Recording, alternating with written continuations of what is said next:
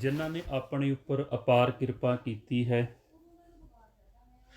ਸਾਨੂੰ ਸਾਰਿਆਂ ਨੂੰ ਹੀ ਇੱਕ ਸੰਗਤ, ਇੱਕ ਪਰਿਵਾਰ ਦੇ ਰੂਪ ਵਿੱਚ ਸਤਿਗੁਰਾਂ ਨੇ ਇਕੱਤਰ ਕੀਤਾ ਹੈ ਤੇ ਸਤਿਗੁਰੂ ਗੁਰਬਾਣੀ, ਗੁਰੂ ਗ੍ਰੰਥ ਸਾਹਿਬ ਜੀ ਮਹਾਰਾਜ ਸਾਨੂੰ ਇਹ ਗਿਆਨ ਬਖਸ਼ਿਸ਼ ਕਰਦੇ ਨੇ ਕਿ ਐਸੀ ਸੰਗਤ ਵਿੱਚ ਜਾ ਕੇ ਆਪਾਂ ਬੈਠ ਜਾਣਾ ਹੈ ਜਿੱਥੇ ਸਤਿਗੁਰ ਦਾ, ਉਹ ਨਿਰੰਕਾਰ ਦਾ ਨਾਮ ਧਿਆਇਆ ਜਾਂਦਾ ਹੈ। ਮਹਾਰਾਜ ਗੁਰਬਾਣੀ ਵਿੱਚ ਆਪਾਂ ਨੂੰ ਗਿਆਨ ਬਖਸ਼ਿਸ਼ ਕਰਦੇ ਨੇ, ਤਿਤ ਜਾਏ ਮਿਲੋ ਸਤ ਸੰਗਤੀ, ਜਿਤ ਹਰਿ ਕਾ ਹਰ ਨਾਮ ਬਲੋਈਐ। ਮਹਾਰਾਜ ਕਹਿੰਦੇ ਜਿੱਥੇ ਉਹ ਪ੍ਰੀਤਮ ਨਿਰੰਕਾਰ ਵਾਹਿਗੁਰੂ ਦਾ ਨਾਮ ਜਪਿਆ ਜਾਂਦਾ ਹੈ, ਆਪਾਂ ਐਸੀ ਸੰਗਤ ਵਿੱਚ ਜਾ ਕੇ ਬੈਠ ਜਾਣਾ ਹੈ। ਐਸੀ ਸੰਗਤ ਨੂੰ ਸੱਚੀ ਸੰਗਤ ਆਖਿਆ ਗਿਆ ਹੈ। ਆਪਾਂ ਪੜ੍ਹਦੇ ਹਾਂ ਰੋਜ਼ ਗੁਰਬਾਣੀ ਵਿੱਚ, ਸਤ ਸੰਗਤ ਕੈਸੀ ਜਾਣੀਐ, ਜਿੱਥੈ ਏਕੋ ਨਾਮ ਵਖਾਣੀਐ। ਮਹਾਰਾਜ ਕਹਿੰਦੇ ਜਿੱਥੇ ਨਾਮ ਦਾ ਭੇਤ ਦਿੱਤਾ ਜਾਂਦਾ ਹੋਵੇ, ਜਿੱਥੇ ਨਾਮ ਜਪਿਆ ਜਾਂਦਾ ਹੋਵੇ, ਗੁਰਮੰਤਰ ਜਪਿਆ ਜਾਂਦਾ ਹੋਵੇ, ਆਪਾਂ ਐਸੀ ਸੰਗਤ ਵਿੱਚ ਜਾਣਾ ਹੈ। ਕਿਉਂਕਿ ਜਿੱਥੇ ਨਾਮ ਦਾ ਭੇਤ ਦਿੱਤਾ ਜਾਂਦਾ ਹੈ, ਉਹ ਸੱਚੀ ਸੰਗਤ ਦੇ ਵਿੱਚ ਸਾਨੂੰ ਨਾਮ ਦਾ ਭੇਤ ਦੇ ਕੇ ਤੇ ਉਸ ਮਾਲਕ ਨਿਰੰਕਾਰ ਵਾਹਿਗੁਰੂ ਜਿਹੜਾ ਸਾਨੂੰ ਸਵਾਸ ਦੇ ਕੇ ਜਿੰਦਾ ਰੱਖ ਰਿਹਾ ਹੈ, ਉਹਦਾ ਗਿਆਨ ਦਿੱਤਾ ਜਾਂਦਾ ਹੈ ਕਿ ਅਸੀਂ ਉਸ ਪਰਮਾਤਮਾ ਨਿਰਾਕਾਰ, ਜੋ ਸਾਡਾ ਮੂਲ ਹੈ, ਮੂਲ ਦਾ ਭਾਵ ਹੁੰਦਾ ਹੈ ਮੁੱਢ, ਜਿਸ ਤੋਂ ਆਪਾਂ ਕਈ ਯੁੱਗ ਦੇ ਵਿਛੜੇ ਹੋਏ, ਦੁਬਾਰਾ ਉਹਨੂੰ ਕਦੀ ਮਿਲੇ ਨਹੀਂ, ਇਸ ਸੰਸਾਰ ਵਿੱਚ ਭਟਕਦੇ ਰਹੇ, ਜਨਮ ਵੀ ਲਏ, ਜੂਨਾਂ ਭੋਗੀਆਂ, ਕਈ ਯੁੱਗ ਸਰੀਰ ਬਦਲੇ, ਲੇਕਿਨ ਮਹਾਰਾਜ ਕਹਿੰਦੇ ਦੁਬਾਰਾ ਫਿਰ ਉਸ ਘਰ ਦਾ ਗਿਆਨ ਆਪਾਂ ਵਾਪਸ ਲਿਆ ਹੀ ਨਹੀਂ। ਤਾਂ ਹੀ ਤਾਂ ਇੱਥੇ ਆਪਾਂ ਫਿਰਦੇ ਰਹੇ ਸੰਸਾਰ ਵਿੱਚ। ਜਿਹੜੇ ਗੁਰਮੁਖ ਸੰਸਾਰ 'ਚ ਆਉਂਦੇ ਨੇ, ਗੁਰਬਾਣੀ ਗੁਰੂ ਸਾਹਿਬ ਦੁਆਰਾ ਉਸ ਮਾਲਕ ਨਿਰੰਕਾਰ ਦਾ ਭੇਤ ਲੈਂਦੇ ਨੇ, ਉਹ ਫਿਰ ਸੱਚ ਪਰਮਾਤਮਾ ਦਾ ਰੂਪ ਹੋ ਜਾਂਦੇ ਨੇ, ਉਹਦੇ ਵਿੱਚ ਇੱਕਮਿਕ ਹੋ ਜਾਂਦੇ ਨੇ।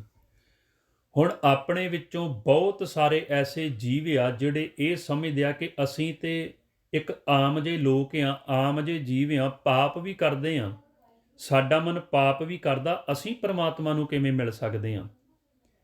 ਤੇ ਸਤਿਗੁਰਾਂ ਗੁਰਬਾਣੀ ਦੇ ਵਿੱਚ ਸਾਡੇ ਮਿਲਣ ਵਾਸਤੇ ਹੀ ਤਾਂ ਇਹ ਸਾਰਾ ਆਪਾਂ ਨੂੰ ਭੇਤ ਦਿੱਤਾ ਹੋਇਆ ਕਿ ਤੁਸੀਂ ਮਿਲ ਸਕਦੇ ਹੋ। ਤੁਹਾਡੇ ਮਿਲਣ ਵਾਸਤੇ ਹੀ ਗੁਰਬਾਣੀ ਲਿਖੀ ਹੋਈ ਹੈ ਕਿ ਤੁਸੀਂ ਉਸ ਨਿਰਾਕਾਰ ਪਰਮਾਤਮਾ, ਸਵਾਸ ਦੇਣ ਵਾਲੇ ਨੂੰ ਕਿਵੇਂ ਮਿਲ ਸਕਦੇ ਹੋ। ਸਤਿਗੁਰੂ ਸਾਹਿਬ ਸ੍ਰੀ ਗੁਰੂ ਅਮਰਦਾਸ ਪਾਤਸ਼ਾਹ ਮਹਾਰਾਜ ਅੱਜ ਦੇ ਪਾਵਨ ਬਚਨਾਂ ਵਿੱਚ ਆਪਾਂ ਨੂੰ ਸਮਝਾਉਣਾ ਕਰਦੇ ਨੇ।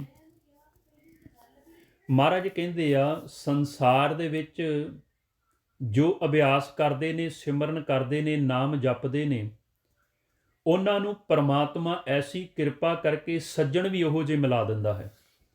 ਆਪਾਂ ਸੰਸਾਰ 'ਚ ਦੇਖਿਆ ਨਾ ਕਿ ਜਿਹੜੇ ਗੁਰਮੁਖ ਅਭਿਆਸ ਕਰਦੇ, ਸਿਮਰਨ ਕਰਦੇ, ਪਰਮਾਤਮਾ ਵੱਲੋਂ ਐਸੀ ਖੇਡ ਚੱਲਦੀ ਹੈ ਕਿ ਹੌਲੀ ਹੌਲੀ ਸੰਸਾਰ ਦੇ ਜੀਵ ਜਿਹੜੇ ਬਿਲਕੁਲ ਹੀ ਪਰਮਾਤਮਾ ਦੀ ਹੋਂਦ ਨੂੰ ਨਹੀਂ ਮੰਨਦੇ, ਉਹਨਾਂ ਨਾਲੋਂ ਉਹਨਾਂ ਦਾ ਵਿਛੋੜਾ ਪੈ ਕੇ, ਤੇ ਜਿਹੜੇ ਪਰਮਾਤਮਾ ਨੂੰ ਮੰਨਦੇ ਨੇ, ਸਮਝਦੇ ਨੇ, ਉਹਨਾਂ ਦੇ ਨਾਲ, ਐਸੇ ਸੱਜਣਾ ਦੇ ਨਾਲ ਉਹਨਾਂ ਦਾ ਪਿਆਰ ਪੈ ਜਾਂਦਾ ਹੈ।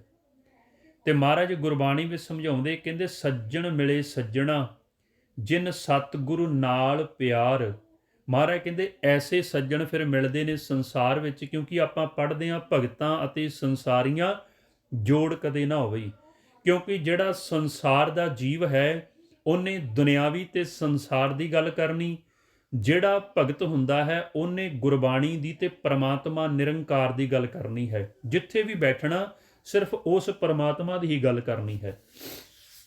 ਤਾਂ ਹੀ ਮਹਾਰਾਜ ਕਹਿੰਦੇ ਆ, ਗੁਰਬਾਣੀ ਵਿੱਚ ਆਪਾਂ ਨੂੰ ਸਮਝਾਉਣਾ ਕਰਦੇ ਆ, ਕਹਿੰਦੇ ਐਸੇ ਸੱਜਣ ਇੱਕ ਦੂਸਰੇ ਸੱਜਣ ਨਾਲ ਮਿਲਦੇ ਨੇ ਜਿਨ੍ਹਾਂ ਦਾ ਉਸ ਨਿਰੰਕਾਰ ਸਤਿਗੁਰ ਦੇ ਨਾਲ ਪਿਆਰ ਪੈ ਜਾਂਦਾ ਹੈ। ਉਹ ਸਤਿਗੁਰੂ ਸੱਜਣ ਦੇ ਨਾਲ ਪਿਆਰ ਪੈ ਜਾਂਦਾ ਹੈ।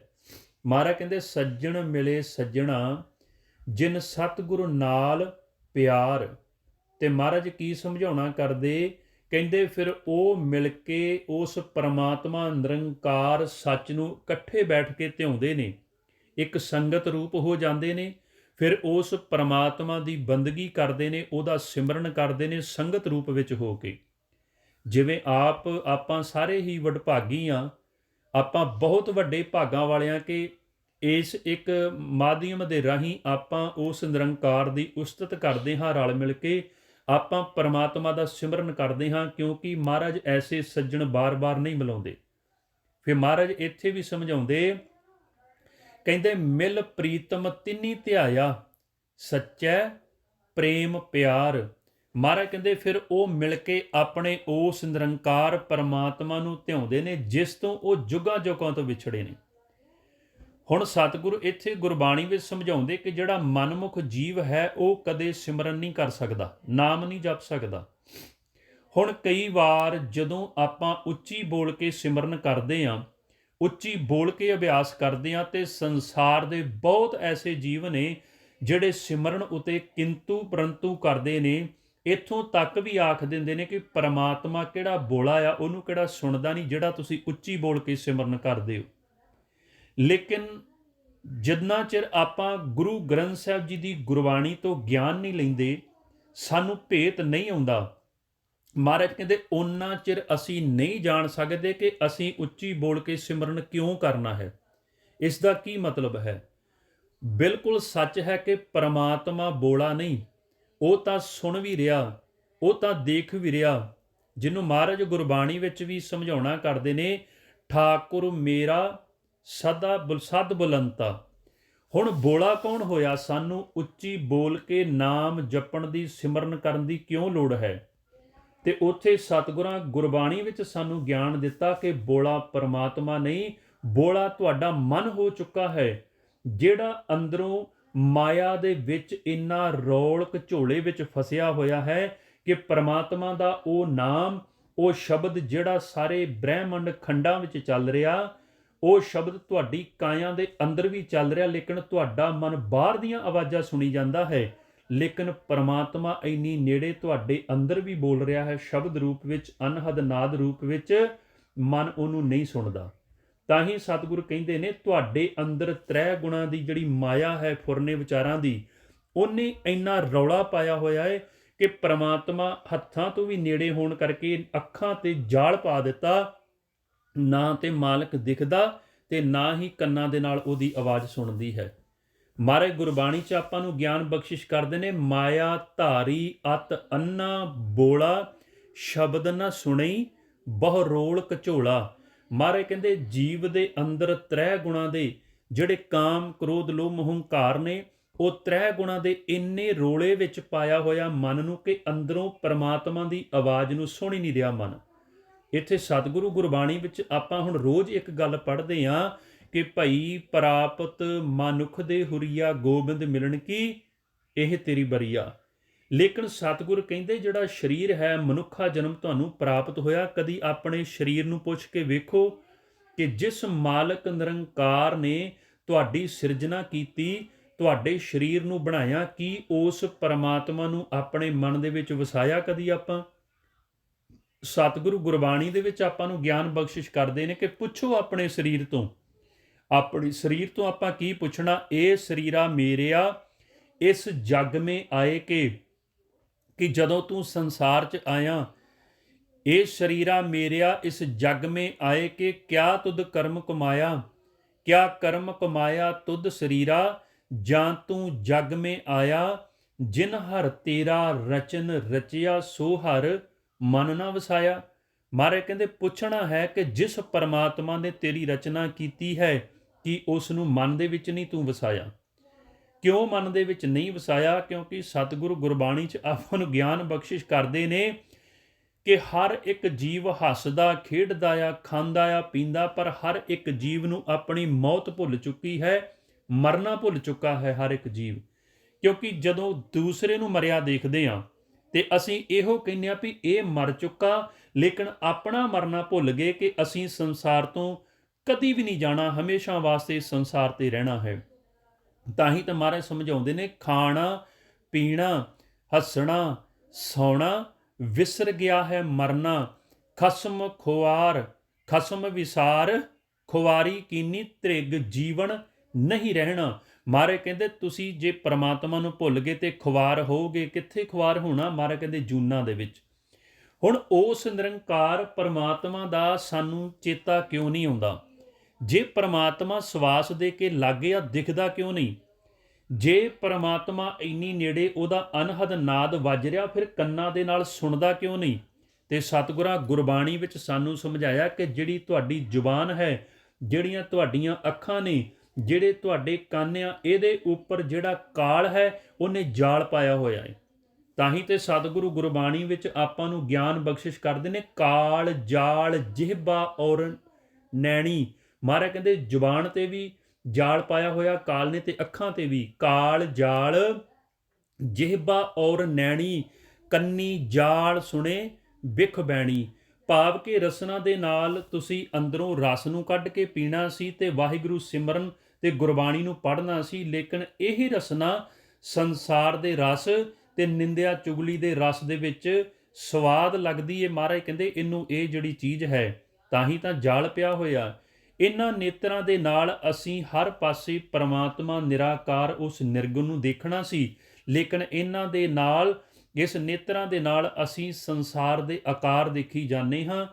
ਦੂਜਾ ਤਨ ਤੇ ਧਨ ਬਗਾਨਾ ਅਸੀਂ ਦੇਖੀ ਜਾਂਦੇ ਹਾਂ। ਇਹਨਾਂ ਕੰਨਾਂ ਦੇ ਨਾਲ ਅੰਦਰੋਂ ਅਸੀਂ ਉਹ ਸ਼ਬਦ ਨਾਮ ਨੂੰ ਸੁਣਨਾ ਸੀ, ਲੇਕਿਨ ਮਹਾਰਾਜ ਕਹਿੰਦੇ ਇਹ ਸੰਸਾਰ ਦੀਆਂ ਆਵਾਜ਼ਾਂ ਤੇ ਸੰਸਾਰ ਦੇ ਨਾਦ ਸੁਣ ਕੇ ਸੁੱਤੇ ਹੋਏ ਨੇ। ਹੁਣ ਸੰਸਾਰ ਦੇ ਨਾਦ ਕਿਹੜੇ ਨੇ? ਜਿਸ ਨੂੰ ਸਤਿਗੁਰੂ ਗੁਰਬਾਣੀ ਵਿੱਚ ਬਿਖ ਨਾਦ ਆਖ ਦਿੰਦੇ ਨੇ। ਬਿਖ ਨਾਦ ਦਾ ਭਾਵ ਹੈ ਸੰਸਾਰ ਦਾ ਸੰਗੀਤ, ਕਿਉਂਕਿ ਸਾਡੇ ਕੰਨ ਜਦੋਂ ਸੰਸਾਰ ਦੇ ਗੀਤ ਸੰਗੀਤ ਨੂੰ ਸੁਣਦੇ ਨੇ ਤੇ ਝੂਮਣ ਲੱਗ ਜਾਂਦੇ ਨੇ। ਜਿਸ ਨੂੰ ਸਤਿਗੁਰੂ ਗੁਰਬਾਣੀ ਵਿੱਚ ਵੀ ਆਪਾਂ ਨੂੰ ਗਿਆਨ ਬਖਸ਼ਿਸ਼ ਕਰਦੇ ਨੇ, ਕਹਿੰਦੇ ਗੰਧਣ ਵੈਣ ਸੁਣੇ ਉਰਝਾਵੈ, ਨਾਮ ਲੇਤ ਅਲਕਾਇਆ। ਮਹਾਰਾਜ ਕਹਿੰਦੇ ਜਦੋਂ ਗੰਧਣ ਵੈਣ, ਭਾਵ ਕਿ ਜਦੋਂ ਗਾਣੇ ਸੁਣਦਾ ਏ, ਜਦੋਂ ਸੰਗੀਤ ਸੁਣਦਾ ਏ, ਉਦੋਂ ਝੂਮਣ ਲੱਗ ਜਾਂਦਾ ਮਨ। ਜਦੋਂ ਨਾਮ ਜਪਣ ਦੀ ਵਾਰੀ ਆਉਂਦੀ ਹੈ, ਜਦੋਂ ਸਿਮਰਨ ਕਰਨ ਦੀ ਵਾਰੀ ਆਉਂਦੀ ਹੈ, ਮਹਾਰਾਜ ਕਹਿੰਦੇ ਉਦੋਂ ਆਲਸ ਕਰ ਜਾਂਦਾ ਹੈ। ਫਿਰ ਸਤਿਗੁਰੂ ਮਹਾਰਾਜ ਅੱਗੇ ਆਪਾਂ ਨੂੰ ਗੁਰਬਾਣੀ ਵਿੱਚ ਸਮਝਾਉਣਾ ਕਰਦੇ। ਮਹਾਰਾਜ ਕਹਿੰਦੇ ਆ, ਮਿਲ ਪ੍ਰੀਤਮ ਤਿਨੀ ਧਿਆਇਆ, ਸੱਚਾ ਪ੍ਰੇਮ ਪਿਆਰ, ਮਨ ਹੀ ਤੇ ਮਨ ਮਾਨਿਆ, ਗੁਰ ਕੈ ਸ਼ਬਦ ਅਪਾਰ। ਕਿ ਮਨ ਨੂੰ ਉਦੋਂ ਤਸੱਲੀ ਹੋਈ, ਮਨ ਨੂੰ ਉਦੋਂ ਗਿਆਨ ਆਇਆ ਜਦੋਂ ਮਨ ਨੇ ਅੰਦਰੋਂ ਸ਼ਬਦ ਨੂੰ ਸੁਣਿਆ। ਕਿਉਂਕਿ ਓਨਾ ਚਿਰ ਪਰਮਾਤਮਾ ਤੇ ਆਪਾਂ ਭਰੋਸਾ ਨਹੀਂ, ਕਿਸੇ ਵੀ ਜੀਵ ਨਿਰੰਕਾਰ ਦਾ ਭਰੋਸਾ ਨਹੀਂ, ਕਿਉਂਕਿ ਜਿੰਨਾ ਚਿਰ ਕੋਈ ਵੀ ਜੀਵ ਆਪਣੇ ਆਪ ਤੇ ਪ੍ਰੈਕਟੀਕਲ ਨਹੀਂ ਕਰ ਲੈਂਦਾ। ਹੁਣ ਜਿਵੇਂ ਇੱਥੇ ਰੋਜ਼ ਹੀ ਆਪਾਂ ਵਿਚਾਰਾਂ ਕਰਦੇ ਹਾਂ ਕਿ ਅਨਹਦ ਨਾਦ ਜਿਹੜਾ ਏ ਉਹ ਸਰੀਰਾਂ ਵਿੱਚ ਵੱਜ ਰਿਹਾ ਏ, ਸਾਰੇ ਖੰਡ ਬ੍ਰਹਿਮੰਡ ਵਿੱਚ ਵੱਜ ਰਿਹਾ, ਜਿਸ ਨੂੰ ਸ਼ਬਦ ਵੀ ਕਹਿ ਦਿੰਦੇ ਨੇ, ਨਾਮ ਵੀ ਕਹਿ ਦਿੰਦੇ ਨੇ, ਤੂਰ ਵੀ ਕਹਿੰਦੇ ਨੇ, ਜਿਸ ਨੂੰ ਨਾਦ ਵੀ ਕਹਿੰਦੇ ਨੇ, ਸਹਿਜ ਧੁਨ ਵੀ ਕਹਿੰਦੇ ਨੇ। ਹੁਣ ਕੋਈ ਵੀ ਜੀਵ ਓਨਾ ਚਿਰ ਵਿਸ਼ਵਾਸ ਨਹੀਂ ਕਰ ਸਕਦਾ ਜਿੰਨਾ ਚਿਰ ਆਪਣੇ ਕੰਨਾਂ ਦੇ ਨਾਲ ਅੰਦਰੋਂ ਉਹ ਸੁਣ ਨਹੀਂ ਲੈਂਦਾ।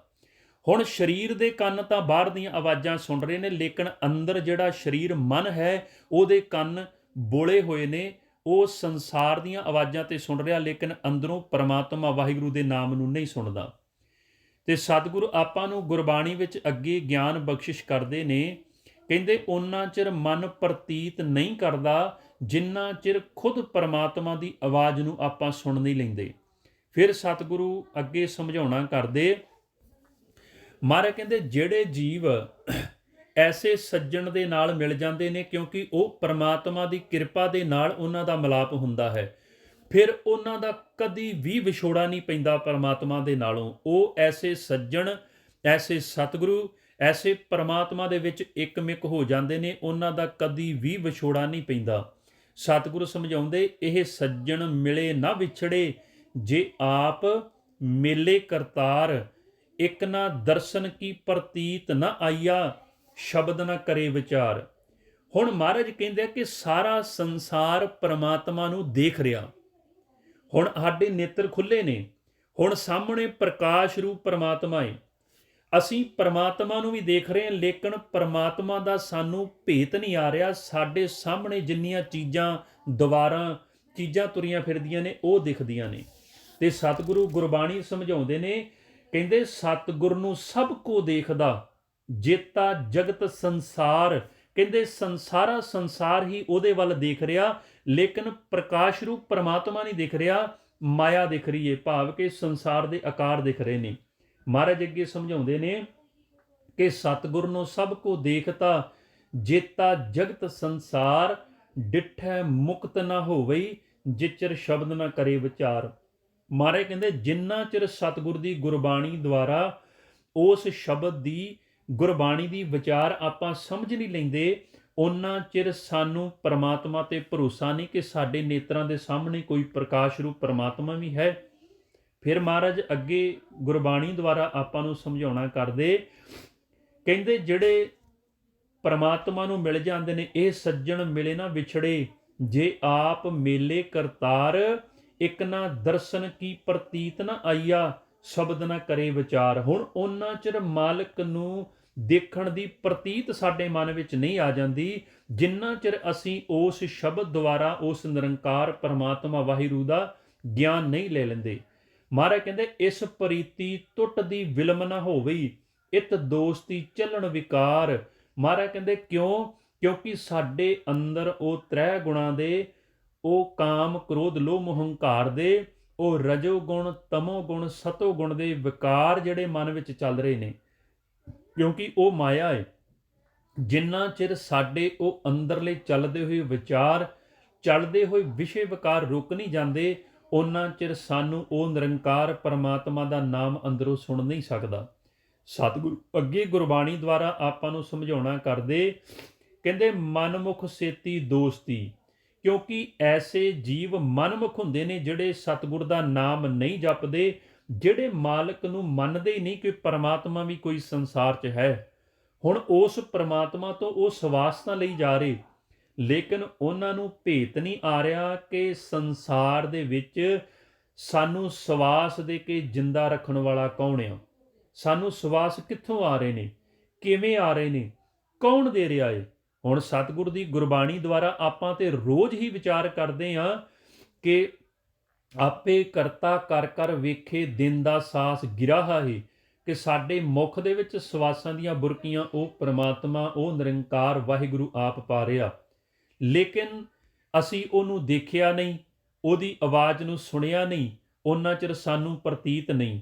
ਲੇਕਿਨ ਗੁਰਮੁਖ ਜਦੋਂ ਜਪਦੇ ਨੇ, ਉਹਨਾਂ ਨੂੰ ਉਹਦੀ ਹੋਂਦ ਦਾ ਪਤਾ ਲੱਗਦਾ ਏ, ਉਦੋਂ ਉਹਨਾਂ ਦਾ ਪਿਆਰ ਪਰਮਾਤਮਾ ਨਾਲ ਪੈ ਜਾਂਦਾ। ਲੇਕਿਨ ਬਹੁਤ ਐਸੇ ਜੀਵ ਜਿਹੜੇ ਸਿਮਰਨ ਕਰਦਿਆਂ ਨੂੰ, ਬਾਣੀ ਪੜ੍ਹਦਿਆਂ ਨੂੰ, ਗੁਰਬਾਣੀ ਦੀ ਵਿਚਾਰ ਕਰਦਿਆਂ ਨੂੰ ਵੀ ਕਿੰਤੂ ਪਰੰਤੂ ਕਰਦੇ ਨੇ, ਕਿਉਂਕਿ ਉਹਨਾਂ ਦਾ ਵੀ ਕਸੂਰ ਨਹੀਂ। ਮਹਾਰਾਜ ਕਹਿੰਦੇ ਉਹ ਪਰਮਾਤਮਾ ਵੱਲੋਂ ਐਸੇ ਭੁਲਾਏ ਗਏ ਨੇ ਕਿ ਉਹਨਾਂ ਨੂੰ ਕੋਈ ਵੀ ਜੀਵ ਦੁਬਾਰਾ ਸਮਝਾ ਨਹੀਂ ਸਕਦਾ। ਸਤਿਗੁਰ ਅੱਗੇ ਗੁਰਬਾਣੀ ਵਿੱਚ ਸਮਝਾਉਂਦੇ, ਕਹਿੰਦੇ ਜਿਹੜੇ ਐਸੇ ਮਨਮੁਖ ਹੁੰਦੇ ਨੇ, ਉਹਨਾਂ ਦੀ ਦੋਸਤੀ ਤੁਹਾਡੇ ਨਾਲ ਕੁਛ ਚਿਰ ਦੀ ਹੁੰਦੀ ਏ। ਕਿਉਂਕਿ ਜਿਵੇਂ ਇੱਕ ਵਾਰ ਗੁਰਮੁਖ ਦੱਸਦੇ ਆ, ਕਹਿੰਦੇ ਵੀ ਜਿਵੇਂ ਉਦਣ ਵੀ ਆਪਾਂ ਵਿਚਾਰ ਕੀਤੀ ਸੀ ਵੀ ਕੋਈ ਗੁਰਮੁਖ ਕਹਿੰਦੇ ਵੀ ਆਪਾਂ ਜਦੋਂ ਘਰ ਵਿੱਚ ਸਿਮਰਨ ਕਰਨ ਲੱਗਦੇ ਆ, ਨਾਮ ਜਪਣ ਲੱਗਦੇ ਆ, ਉਸੇ ਟਾਈਮ ਤੇ ਜਿਹੜੇ ਨੇ ਉਹ ਸਾਡੇ ਕੋਈ ਮਿੱਤਰ, ਕੋਈ ਸੱਜਣ ਨੇ, ਬਾਰ-ਬਾਰ ਉਸੇ ਟਾਈਮ ਤੇ ਆ ਕੇ ਬਹਿ ਜਾਂਦੇ ਨੇ ਤੇ ਸਾਡਾ ਵੀ ਸਿਮਰਨ ਖਤਮ ਹੋ ਜਾਂਦਾ, ਸਾਡੇ ਕੋਲ ਵੀ ਸਿਮਰਨ ਨਹੀਂ ਹੁੰਦਾ ਤੇ ਸੰਸਾਰ ਦੀਆਂ ਗੱਲਾਂ ਸ਼ੁਰੂ ਹੋ ਜਾਂਦੀਆਂ। ਤੇ ਭਾਈ ਸਾਹਿਬ ਕਹਿੰਦੇ ਗੁਰਮੁਖ ਕਹਿੰਦੇ ਆ ਵੀ ਜਦੋਂ ਆਉਂਦੇ ਹੁੰਦੇ ਆ ਨਾ, ਤੁਸੀਂ ਉਹਨਾਂ ਦੇ ਨਾਲ ਗੁਰਬਾਣੀ ਦੀ, ਨਿਰੰਕਾਰ ਦੀ ਅਕਥ ਕਥਾ ਸ਼ੁਰੂ ਕਰ ਦਿਆ ਕਰੋ। ਜੇ ਤੇ ਸਮਝ ਲੱਗ ਗਈ ਤਾਂ ਤੁਹਾਨੂੰ ਪੁੰਨ, ਨਹੀਂ ਤੇ ਦੁਬਾਰਾ ਆਉਣਗੇ ਨਹੀਂ, ਫਿਰ ਤੁਹਾਡੇ ਵਾਸਤੇ ਸਿਮਰਨ ਦਾ ਖੁੱਲ੍ਹਾ ਟਾਈਮ ਹੈ। ਕਿਉਂਕਿ ਜਿਹੜਾ ਮਨਮੁਖ ਜੀਵ ਹੈ, ਉਹਨੂੰ ਇਸ ਗੱਲ ਦੀ ਪਹਿਲਾਂ ਤੇ ਸਮਝ ਹੀ ਨਹੀਂ ਲੱਗਦੀ ਗੁਰਬਾਣੀ ਦੁਆਰਾ ਕਿ ਤ੍ਰੈ ਗੁਣ ਕੀ ਹੁੰਦੇ ਨੇ, ਸੁਨ ਮੰਡਲ ਕੀ ਹੁੰਦਾ ਏ, ਅਨਹਦ ਬਾਣੀ ਕੀ ਹੁੰਦੀ ਏ, ਅਨਹਦ ਨਾਦ ਕੀ ਹੁੰਦਾ ਏ, ਇਹ ਮਾਇਆ ਕੀ ਏ, ਇਹ ਜਮ ਕੌਣ ਨੇ, ਇਹ ਕਾਲ ਕੌਣ ਆ। ਕਿਉਂਕਿ ਜਿੰਨਾ ਚਿਰ ਅਸੀਂ ਸਿਮਰਨ ਕਰਕੇ, ਅਭਿਆਸ ਕਰਕੇ ਉਸ ਚੀਜ਼ ਦੀ ਕਮਾਈ ਨਹੀਂ ਕੀਤੀ, ਮਹਾਰਾਜ ਕਹਿੰਦੇ ਓਨਾ ਚਿਰ ਸਾਨੂੰ ਇਸ ਚੀਜ਼ ਦਾ ਭੇਤ ਨਹੀਂ। ਤੇ ਮਹਾਰਾਜ ਕਹਿੰਦੇ ਜਿਹੜੇ ਮਨਮੁਖ ਹੁੰਦੇ ਨੇ, ਉਹਨਾਂ ਦੀ ਦੋਸਤੀ ਗੁਰਮੁਖਾਂ ਦੇ ਨਾਲ ਬਹੁਤ ਥੋੜ੍ਹੇ ਚਿਰ ਦੀ ਹੁੰਦੀ ਏ। ਕਿਉਂਕਿ ਗੁਰਮੁਖ ਨੇ ਨਿਰੰਕਾਰ ਆਪਣੇ ਪਿਤਾ ਦੀ ਗੱਲ ਕਰਨੀ ਤੇ ਮਨਮੁਖ ਨੂੰ ਉਹ ਗੱਲ ਚੰਗੀ ਨਹੀਂ ਲੱਗਦੀ। ਜਿਵੇਂ ਸਤਿਗੁਰੂ ਗੁਰਬਾਣੀ 'ਚ ਸਮਝਾਉਣਾ ਕਰਦੇ ਨੇ, ਕਹਿੰਦੇ ਜਿਹੜੇ ਮਨਮੁਖ ਹੁੰਦੇ ਨੇ, ਜਿਉਂ-ਜਿਉਂ ਭਗਤ ਜਿਹੜੇ ਨਾਮ ਜਪਣ ਵਾਲੇ, ਸਿਮਰਨ ਕਰਨ ਵਾਲੇ, ਬਾਣੀ ਪੜ੍ਹਨ ਵਾਲੇ ਜਿਉਂ-ਜਿਉਂ ਨਾਮ ਜਪਦੇ ਨੇ, ਤੇ ਐਸੇ ਮਨਮੁਖ ਜੀਵਾਂ ਦੇ ਅੰਦਰ ਜਿਹੜੇ ਨੇ ਉਹ ਗੁੱਸੇ ਤੇ ਕ੍ਰੋਧ ਦੇ ਜਿਹੜੇ ਫੁਰਨੇ ਭਟਕਣੇ ਸ਼ੁਰੂ ਹੋ ਜਾਂਦੇ ਨੇ। ਤਾਂ ਹੀ ਤਾਂ ਮਹਾਰਾਜ ਗੁਰਬਾਣੀ ਵਿੱਚ ਆਪਾਂ ਨੂੰ ਵੀ ਗਿਆਨ ਬਖਸ਼ਿਸ਼ ਕਰਦੇ ਨੇ ਕਿ ਐਸੇ ਜੀਵਾਂ ਦਾ ਮਨ ਜਿਹੜਾ ਹੁੰਦਾ ਏ, ਉਹ ਕਾਂ ਦੀ ਨਿਆਈ ਬਣ ਜਾਂਦਾ ਏ। ਕਿਉਂਕਿ ਕਾਂ ਦੀ ਬਿਰਤੀ ਗੰਦਗੀ ਖਾਣ ਦੀ ਹੁੰਦੀ ਏ, ਤੇ ਉਹਨਾਂ ਦਾ ਮਨ ਵੀ ਨਿੰਦਿਆ, ਚੁਗਲੀ, ਈਰਖਾ, ਹਉਮੈ, ਹੰਕਾਰ ਦੀ ਗੰਦਗੀ ਖਾਣ ਦਾ ਹੁੰਦਾ ਏ। ਕਿ ਐਸ ਗੁਰਮੁਖ ਦੇ ਕੋਲ ਬੈਠ ਕੇ ਆਪਾਂ ਕਿਸੇ ਨਾ ਕਿਸੇ ਜੀਵ ਦੀ ਨਿੰਦਿਆ ਚੁਗਲੀ ਕਰਾਂਗੇ ਤੇ ਸਾਡੇ ਅੰਦਰ ਸ਼ਾਂਤੀ ਆਊਗੀ। ਲੇਕਿਨ ਜਿਹੜਾ ਗੁਰਮੁਖ ਹੁੰਦਾ ਏ, ਉਹਨਾਂ ਦੇ ਮਨ ਦੇ ਅੰਦਰ ਗੁਰਬਾਣੀ ਪੜ੍ਹ ਕੇ, ਗੁਰਬਾਣੀ ਸੁਣ ਕੇ, ਸਿਮਰਨ ਕਰਕੇ, ਨਾਮ ਜਪ ਕੇ, ਅੰਦਰੋਂ ਸ਼ਬਦ ਨੂੰ ਸੁਣ ਕੇ ਜਿਹੜਾ ਹੈ ਮਨ ਸ਼ਾਂਤ ਹੁੰਦਾ ਹੈ, ਮਨ ਸੀਤਲ ਹੋ ਜਾਂਦਾ ਹੈ। ਸਤਿਗੁਰ ਤਾਂ ਹੀ ਤਾਂ ਗੁਰਬਾਣੀ ਵਿੱਚ ਆਪਾਂ ਨੂੰ ਸਮਝਾਉਣਾ ਕਰਦੇ ਨੇ, ਕਹਿੰਦੇ ਜਿਉਂ ਜਿਉਂ RAM ਕਹੈ ਜਨ ਊਚੈ, ਨਰ ਨਿੰਦਕ ਡੰਸ ਲਗਾਏ। ਕਹਿੰਦੇ ਜਿਵੇਂ ਜਿਵੇਂ ਸਿਮਰਨ ਕਰਨ ਵਾਲੇ, ਨਾਮ ਜਪਣ ਵਾਲੇ ਉੱਚੀ ਉੱਚੀ ਬੋਲ ਕੇ ਸਿਮਰਨ ਕਰਦੇ ਨੇ, ਮਨਮੁਖ ਜੀਵਾਂ ਦੇ ਅੰਦਰ ਜਿਵੇਂ ਸੱਪ ਦਾ ਇੱਕ ਡੰਗ ਵੱਜਦਾ ਹੈ। ਤੇ ਮਹਾਰਾਜ ਗੁਰਬਾਣੀ ਸਮਝਾਉਂਦੇ, ਕਹਿੰਦੇ ਮਨਮੁਖ ਸੇਤੀ ਦੋਸਤੀ ਥੋੜੜਿਆਂ ਦਿਨ ਚਾਰ। ਕਿਉਂਕਿ ਮਨਮੁਖਾਂ ਦੀ ਦੋਸਤੀ ਜਿਹੜੀ ਗੁਰਮੁਖਾਂ ਦੇ ਨਾਲ ਹੈ, ਉਹ 4 ਕੁ ਦਿਨ ਦੀ ਬਣ ਜਾਂਦੀ ਹੈ। ਸਤਿਗੁਰ ਕਹਿੰਦੇ ਇਸ ਪ੍ਰੀਤੀ ਟੁੱਟਦੀ ਵਿਲਮ ਨਾ ਹੋਵਈ, ਇਤ ਦੋਸਤੀ ਚੱਲਣ ਵਕਾਰ। ਕਹਿੰਦੇ ਇੱਕ ਪਲ ਵੀ ਨਹੀਂ ਲੱਗਦਾ ਦੋਸਤੀ ਟੁੱਟਣ ਲੱਗਿਆਂ, ਤੋੜਨੀ ਚਾਹੀਦੀ ਆ। ਕਿਉਂਕਿ ਉਹਨਾਂ ਦੇ ਆਪਣੇ ਮਨ ਦੇ ਅੰਦਰ ਵੀ ਵਿਸ਼ੇ ਤੇ ਵਿਕਾਰ ਚੱਲਦੇ ਨੇ। ਤੇ ਮਤ ਸਮਝਿਓ ਕਿ ਜੇ ਉਹ ਨਿੰਦਿਆ ਕਰ ਰਿਹਾ ਤੇ ਤੁਸੀਂ ਸੁਣ ਰਹੇ ਹੋ ਤੇ ਪਾਪ ਉਹਨੂੰ ਇਕੱਲੇ ਨੂੰ ਲੱਗੇਗਾ। ਸਤਿਗੁਰ ਕਹਿੰਦੇ ਜਿੰਨਾ ਪਾਪ ਨਿੰਦਿਆ ਕਰਨ ਵਾਲੇ ਨੂੰ ਹੈ, ਓਨਾ ਹੀ ਪਾਪ ਨਿੰਦਿਆ ਸੁਣਨ ਵਾਲੇ ਨੂੰ ਹੈ। ਜਿੰਨੀ ਮੈਲ ਮਨ ਦੇ ਉੱਪਰ ਨਿੰਦਿਆ ਕਰਨ ਵਾਲੇ ਨੂੰ ਚੜ੍ਹਦੀ ਹੈ, ਓਨੀ ਹੀ ਨਿੰਦਿਆ ਸੁਣਨ ਵਾਲੇ ਨੂੰ ਵੀ ਚੜ੍ਹਦੀ ਹੈ। ਤੇ ਮਹਾਰਾਜ ਕਹਿੰਦੇ ਨੇ ਨਿੰਦਾ ਕਿਸੇ ਦੀ ਵੀ ਨਹੀਂ ਕਰਨੀ ਚਾਹੀਦੀ। ਸੰਸਾਰ ਦੇ ਵਿੱਚ ਕਿਸੇ ਵੀ ਧਰਮ ਦਾ ਜੀਵ ਹੋਵੇ, ਕਿਸੇ ਵੀ ਸਰੂਪ ਵਿੱਚ ਹੋਵੇ, ਕਿਸੇ ਦੀ ਨਿੰਦਿਆ ਨਾ ਕਰੋ। ਕਿਉਂਕਿ ਨਿੰਦਿਆ ਕੌਣ ਕਰਦਾ? ਸਤਿਗੁਰ ਕਹਿੰਦੇ ਨਿੰਦਿਆ ਮੂਰਖ ਜੀਵ ਕਰਦੇ ਨੇ। ਤੇ ਫਿਰ ਮੂਰਖ ਜੀਵਾਂ ਦਾ ਜਿਹੜਾ ਅੰਦਰ ਮਨ ਆ ਨਾ, ਜਿਹੜਾ ਅੰਦਰਲਾ ਸਰੀਰ ਜਦੋਂ ਸਰੀਰ ਚੋਂ ਬਾਹਰ ਨਿਕਲਦਾ ਏ, ਮਹਾਰਾਜ ਕਹਿੰਦੇ ਐਸੇ ਜੀਵ ਦੇ ਮਨ ਦਾ ਮੂੰਹ ਕਾਲਾ ਕਰਕੇ ਨਰਕਾਂ ਵਿੱਚ ਸੁੱਟਿਆ ਜਾਂਦਾ ਏ। ਨਰਕ ਤੋਂ ਭਾਵ 84 ਲੱਖ ਜੂਨ। ਸਤਿਗੁਰੂ ਗੁਰਬਾਣੀ ਵਿੱਚ ਆਪਾਂ ਨੂੰ ਗਿਆਨ ਬਖਸ਼ਿਸ਼ ਕਰਦੇ ਨੇ, ਨਿੰਦਾ ਭਲੀ ਕਿਸੇ ਕੀ ਨਾਹੀ। ਤੇ ਕਰਦਾ ਕੌਣ ਆ? ਕਹਿੰਦੇ ਮਨਮੁਖ ਮੁਗਧ ਕਰਨ। ਕਹਿੰਦੇ ਮੂਰਖ ਕਰਦੇ ਨੇ। ਫਿਰ ਉਹਨਾਂ ਦੀ ਹਾਲਤ ਕੀ ਹੁੰਦੀ ਏ? ਮਹਾਰਾਜ ਕਹਿੰਦੇ ਮੂੰਹ ਕਾਲੇ ਤਿੰਨ ਨਿੰਦਕਾਂ, ਨਰਕੇ ਘੋਰ ਪਵਨ। ਸਤਿਗੁਰ ਕਹਿੰਦੇ ਉਹਨਾਂ ਦਾ ਮੂੰਹ ਕਾਲਾ ਕਰਕੇ ਨਰਕਾਂ ਦੇ ਵਿੱਚ 84 ਲੱਖ ਜੂਨ ਦੇ ਵਿੱਚ ਸੁੱਟਿਆ ਜਾਂਦਾ ਹੈ। ਹੁਣ ਅੱਜ ਤੋਂ ਬਾਅਦ ਆਪਾਂ ਧੰਨ ਸਾਹਿਬ ਸ੍ਰੀ ਗੁਰੂ ਗ੍ਰੰਥ ਸਾਹਿਬ ਜੀ ਦੀ ਗੁਰਬਾਣੀ ਦਾ ਗਿਆਨ ਲੈ ਕੇ ਇਹੋ ਸਿੱਖਣਾ ਕਿ ਜਿੱਥੇ ਕੋਈ ਨਿੰਦਿਆ ਕਿਸੇ ਦੀ ਕਰਦਾ ਹੈ, ਪਹਿਲੋਂ ਤਾਂ ਉਹਨੂੰ ਵਰਜਿਤ ਕਰਨਾ ਹੈ। ਭਾਈ ਗੁਰਮੁਖਾ, ਇਹ ਵੀਰ, ਇਹ ਭੈਣ, ਇਹਦੀ ਸਜ਼ਾ ਹੈ ਜਿਹੜੀ ਆਪਾਂ ਕਿਸੇ ਦੀ ਨਿੰਦਿਆ ਕਰਨੀ। ਕਿਉਂਕਿ ਸਤਿਗੁਰਾਂ ਗੁਰਬਾਣੀ ਵਿੱਚ ਆਪਾਂ ਨੂੰ ਵਰਜਿਤ ਕੀਤਾ ਹੈ। ਕਿਉਂ ਵਰਜਿਤ ਕੀਤਾ ਹੈ ਕਿ ਕਿਸੇ ਦੀ ਨਿੰਦਿਆ ਨਹੀਂ ਕਰਨੀ? ਕਿਉਂਕਿ ਜਿਹੜੀ ਆਪਾਂ ਨਿੰਦਿਆ ਕਰਦੇ ਹਾਂ ਉਹ ਕਿਸੇ ਦੂਸਰੇ ਸਰੀਰ ਦੀ ਕਰਦੇ ਹਾਂ। ਤੇ ਸਤਿਗੁਰਾਂ ਤੇ ਗੁਰਬਾਣੀ ਵਿੱਚ ਕਿਹਾ ਸੀਗਾ ਕਿ ਜਿੰਨੇ ਸਾਰੇ ਸਰੀਰ ਨੇ ਉਹ ਮੇਰੇ ਬਣਾਏ ਹੋਏ ਨੇ ਤੇ ਅੰਦਰ ਮੈਂ ਬੈਠਾ ਹੋਇਆ। ਸਭ ਘਟ ਮੇਰੇ ਹਉ ਸਭਨਾ ਅੰਦਰ। ਮਹਾਰਾਜ ਕਹਿੰਦੇ ਜਿਸੇ ਭੁਲਾਵੇ ਤਿਸ ਕੌਣ ਕਹੈ। ਕਹਿੰਦੇ ਉਹ ਵੱਖਰੀ ਗੱਲ ਹੈ ਕਿ ਜਿਹੜੇ ਭੁੱਲ ਚੁੱਕੇ ਨੇ ਮੈਨੂੰ, ਉਹਨੂੰ ਕੌਣ ਸਮਝਾਵੇ। ਪਰ ਯਾਦ ਰੱਖਿਓ ਸਾਰਿਆਂ ਦੇ ਅੰਦਰ ਮੈਂ ਬੈਠਾ ਹੋਇਆ। ਕਿਸੇ ਦੀ ਵੀ ਨਿੰਦਿਆ ਨਾ ਕਰੋ। ਕਿਉਂਕਿ ਤੁਸੀਂ ਕਿਸੇ ਦੀ ਸ਼ਕਲ ਦੇਖ ਕੇ, ਕਿਸੇ ਦਾ ਪਹਿਰਾਵਾ ਦੇਖ ਕੇ ਨਿੰਦਿਆ ਕਰਦੇ ਹੋ। ਤੁਹਾਨੂੰ ਤੇ ਸਰੀਰ ਦਾ ਗਿਆਨ ਹੈ, ਪਰ ਤੁਹਾਨੂੰ ਉਹਦੇ ਅੰਦਰ ਦਾ ਗਿਆਨ ਨਹੀਂ ਕਿ ਅੰਦਰ ਮੇਰੀ ਹੀ ਜੋਤ ਟਿਕੀ ਹੋਈ ਹੈ। ਉਹ ਵੱਖਰੀ ਗੱਲ ਕਿ ਉਹ ਜੀਵ ਮੈਨੂੰ ਭੁੱਲ ਚੁੱਕਾ ਹੈ ਤੇ ਪੰਜਾਂ ਦੇ ਵਸ ਵਿੱਚ ਹੋ ਚੁੱਕਾ ਹੈ। ਮਹਾਰਾਜ ਅੱਗੇ ਗੁਰਬਾਣੀ ਵਿੱਚ ਸਮਝਾਉਣਾ ਕਰਦੇ, ਮਹਾਰਾਜ ਕਹਿੰਦੇ ਇਸ ਪ੍ਰੀਤੀ ਟੁੱਟਦੀ ਵਿਲਮ ਨਾ ਹੋਵਈ, ਇਤ ਦੋਸਤੀ ਚੱਲਣ ਵਿਕਾਰ। ਕਿਉਂਕਿ ਉਹਨਾਂ ਦੀ ਦੋਸਤੀ ਕੀਤਿਆਂ ਉਹਨਾਂ ਦੇ ਆਪਣੇ ਮਨ ਦੇ ਵਿੱਚ ਵੀ ਵਿਕਾਰ ਚੱਲਦੇ। ਉਹ ਆਪ ਵੀ ਸੰਸਾਰ ਦੀ ਨਿੰਦਿਆ ਤੇ ਸੰਸਾਰ ਦੇ ਜੀਵਾਂ ਦੇ ਨਾਲ ਈਰਖਾ ਕਰਦੇ ਨੇ। ਤੇ ਉਹਨਾਂ ਦੀ ਜਦੋਂ ਸੰਗਤ ਕਰਾਂਗੇ, ਉਹਨਾਂ ਦੀ ਸੰਗਤ ਵਿੱਚ ਬੈਠਾਂਗੇ, ਤੇ ਸਾਡਾ ਮਨ ਵੀ ਐਸੀ ਸੰਗਤ ਵਿੱਚ ਜਾ ਕੇ ਸੰਸਾਰ ਦੇ ਜੀਵਾਂ ਦੀ ਨਿੰਦਿਆ ਤੇ ਈਰਖਾ ਕਰਨੀ ਸ਼ੁਰੂ ਕਰ ਦਿੰਦਾ ਹੈ।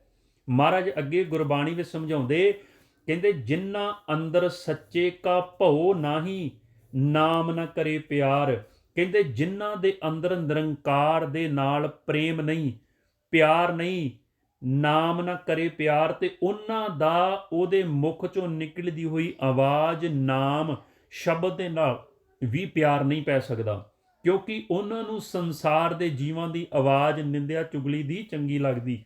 ਮਹਾਰਾਜ ਕਹਿੰਦੇ ਆ, ਨਾਨਕ 300 ਕਿਆ ਕੀਚੈ ਦੋਸਤੀ, ਜੇ ਆਪ ਭੁਲਾਏ ਕਰਤਾਰ।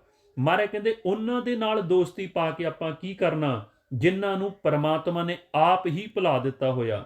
ਹੁਣ ਆਪਾਂ ਵੀ ਦੇਖਦੇ ਹਾਂ ਕਿ ਜਿਵੇਂ ਜਿਸ ਜਗ੍ਹਾ ਤੇ ਸਿਮਰਨ ਹੁੰਦਾ ਏ, ਜਿਸ ਜਗ੍ਹਾ ਤੇ ਨਾਮ ਜਪਿਆ ਜਾਂਦਾ ਏ, ਉੱਥੇ ਸੰਗਤ ਬਹੁਤ ਘੱਟ ਹੋਏਗੀ। ਕਿਉਂ?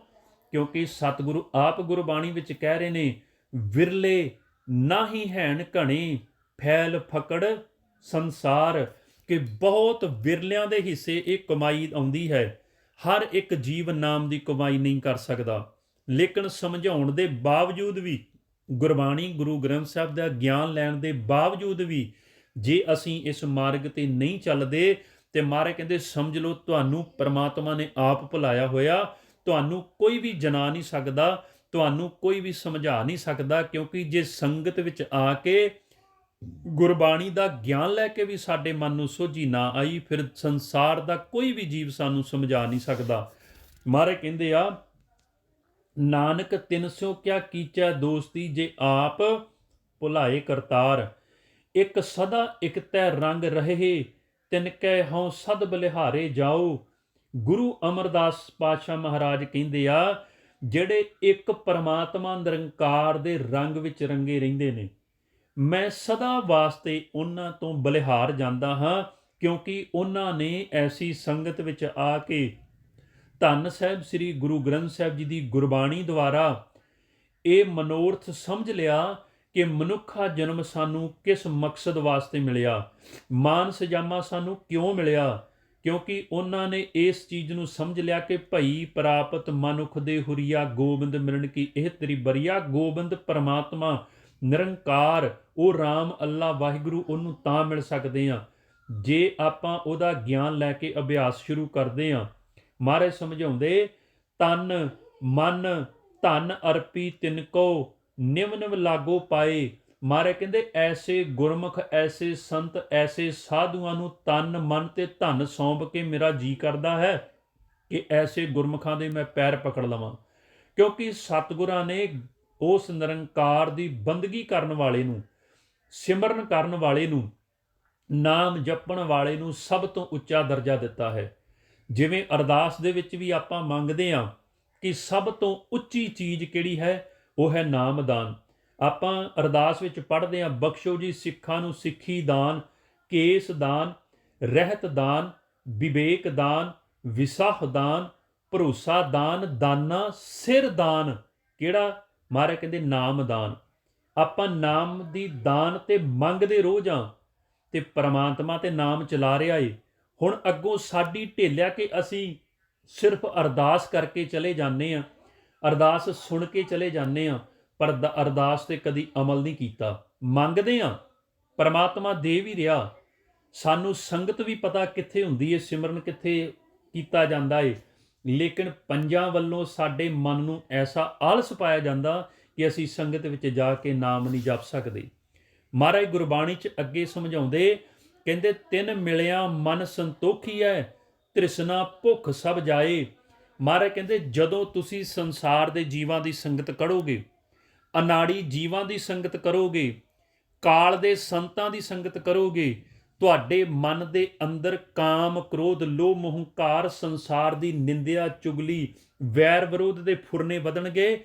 ਜਦੋਂ ਤੁਸੀਂ ਐਸੇ ਗੁਰਮੁਖਾਂ ਦੀ ਸੰਗਤ ਕਰੋਗੇ ਜਿਨ੍ਹਾਂ ਦਾ ਆਪਣਾ ਮਨ ਵੀ ਨਾਮ ਦੁਆਰਾ, ਸਿਮਰਨ ਦੁਆਰਾ ਸ਼ਾਂਤ ਹੁੰਦਾ ਏ, ਜਦੋਂ ਤੁਸੀਂ ਉਹਨਾਂ ਗੁਰਮੁਖਾਂ ਦੀ ਸੰਗਤ ਵਿੱਚ ਬੈਠ ਕੇ ਸਿਮਰਨ ਕਰੋਗੇ, ਨਾਮ ਜਪੋਗੇ, ਗੁਰਬਾਣੀ ਨੂੰ ਪੜ੍ਹੋਗੇ, ਗੁਰਬਾਣੀ ਦੀ ਵਿਚਾਰ ਪੜ੍ਹੋ ਤੇ ਸੁਣੋਗੇ, ਮਹਾਰਾਜ ਕਹਿੰਦੇ ਤੁਹਾਡੇ ਮਨ ਦੇ ਅੰਦਰ ਵੀ ਪਰਮਾਤਮਾ ਨੂੰ ਮਿਲਣ ਦੀ ਤੜਫ ਤੇ ਤੁਹਾਡੇ ਅੰਦਰ ਵੀ ਸ਼ਾਂਤੀ ਤੇ ਆਨੰਦ ਮਹਿਸੂਸ ਹੋਏਗਾ। ਮਹਾਰਾਜ ਤਾਂ ਹੀ ਕਹਿੰਦੇ ਤਿੰਨ ਮਿਲਿਆ ਮਨ ਸੰਤੋਖੀ ਹੈ। ਮਹਾਰਾਜ ਕਹਿੰਦੇ ਆ ਕਿ ਐਸੇ ਗੁਰਮੁਖਾਂ ਨੂੰ ਮਿਲਿਆ ਮਨ ਨੂੰ ਸੰਤੋਖ ਆਉਂਦਾ। ਕਿਉਂ? ਕਿਉਂਕਿ ਆਪਾਂ ਗੁਰਬਾਣੀ ਵਿੱਚ ਵੀ ਪੜ੍ਹਦੇ ਹਾਂ ਕਿ ਆਪਾਂ ਅਰਦਾਸ ਵਿੱਚ ਵੀ ਪੜ੍ਹਦੇ ਹਾਂ, ਸੇਈ ਪਿਆਰੇ ਮੇਲ ਜਿਨ੍ਹਾਂ ਮਿਲਿਆ ਤੇਰਾ ਨਾਮ ਚਿਤ ਆਵੈ। ਕਹਿ ਤੇ ਦਿੰਦੇ ਹਾਂ, ਲੇਕਿਨ ਮਨ ਕਹਿੰਦਾ ਏ ਨਹੀਂ, ਉਹ ਪਿਆਰੇ ਮੇਲ ਜਿਨ੍ਹਾਂ ਮਿਲਿਆ ਸੰਸਾਰ ਦੀ ਨਿੰਦਿਆ ਤੇ ਚੁਗਲੀ ਦਾ ਰਸ ਆਵੇ। ਐਸੇ ਜੀਵ ਕੋ ਜਾਈਏ ਜਿਹੜਾ ਦੂਸਰੇ ਦੀਆਂ ਗੱਲਾਂ ਕਰਦਾ ਹੈ। ਮਨ ਕਹਿੰਦਾ ਏ ਲੇਕਿਨ ਆਤਮਾ ਕਹਿ ਜਾਂਦੀ, ਲੇਕਿਨ ਮਨ ਨਹੀਂ ਮੰਨਦਾ। ਮਨ ਕਦੀ ਵੀ ਇਸ ਚੀਜ਼ ਨੂੰ ਧਾਰਨ ਨਹੀਂ ਕਰਦਾ। ਸਤਿਗੁਰ ਤਾਂ ਹੀ ਕਹਿੰਦੇ ਆ ਕਹਿੰਦੇ ਤਿੰਨ ਮਿਲਿਆ ਮਨ ਸੰਤੋਖੀਐ, ਤ੍ਰਿਸ਼ਨਾ ਭੁੱਖ ਸਭ ਜਾਏ, ਨਾਨਕ ਨਾਮ ਰਤੇ ਸੁਖੀਏ ਸਦਾ। ਹੁਣ ਮਹਾਰਾਜ ਕਹਿੰਦੇ ਜਿਹੜੇ ਨਾਮ 'ਚ ਰਤੇ ਰਹਿੰਦੇ ਨੇ, ਜਿਨ੍ਹਾਂ ਦੀ ਸੁਰਤ, ਜਿਨ੍ਹਾਂ ਦਾ ਮਨ ਨਾਮ 'ਚ ਰਤਿਆ ਰਹਿੰਦਾ, ਇੱਕ ਹੁੰਦਾ ਸਿਰਫ ਜ਼ੁਬਾਨ ਕਰਕੇ ਨਾਮ 'ਚ ਰਤੇ ਰਹਿਣਾ, ਵੀ ਭਾਵੇਂ ਸਾਰਾ ਦਿਨ 24 ਘੰਟੇ ਆਪਾਂ ਸਤਨਾਮ ਵਾਹਿਗੁਰੂ ਵਾਹਿਗੁਰੂ ਵਾਹਿਗੁਰੂ ਬੋਲੀ ਜਾਈਏ, ਰਸਨਾ ਤੋਂ ਬੋਲ ਕੇ, ਜਿੰਨਾ ਚਿਰ ਮਨ ਅੰਦਰੋਂ ਨਾਮ ਨੂੰ ਨਹੀਂ ਸੁਣਦਾ, ਮਹਾਰਾਜ ਕਹਿੰਦੇ ਓਨਾ ਚਿਰ ਮਨ ਦੀ ਭੁੱਖ ਹੀ ਨਹੀਂ ਜਾਂਦੀ। ਕਿਉਂਕਿ ਆਪਾਂ ਜਿਵੇਂ ਕੱਲ ਵੀ ਵਿਚਾਰ ਕੀਤੀ ਸੀ ਕਿ ਆਪਾਂ ਗੁਰੂ ਨੂੰ ਕਹਿ ਤੇ ਦਿੰਦੇ ਹਾਂ ਕਿ ਬਿਨ ਤੁਧ ਹੋਰ ਜੇ ਮੰਗਣਾ, ਸਿਰ ਦੁੱਖਾਂ ਕੇ ਦੁੱਖ, ਦੇਹੋ ਨਾਮ, ਕਿ ਮੈਨੂੰ ਨਾਮ ਦੇ, ਦੇਹੋ ਨਾਮ ਸੰਤੋਖੀ ਹੈ, ਉਤਰੇ ਮਨ ਕੀ ਭੁੱਖ। ਕਿਉਂਕਿ ਮਨ ਕਦੀ ਵੀ ਰੱਜਦਾ ਨਹੀਂ ਜਿੰਨਾ ਚਿਰ ਇਹਨੂੰ ਨਾਮ ਦੀ ਪ੍ਰਾਪਤੀ ਨਹੀਂ ਹੁੰਦੀ।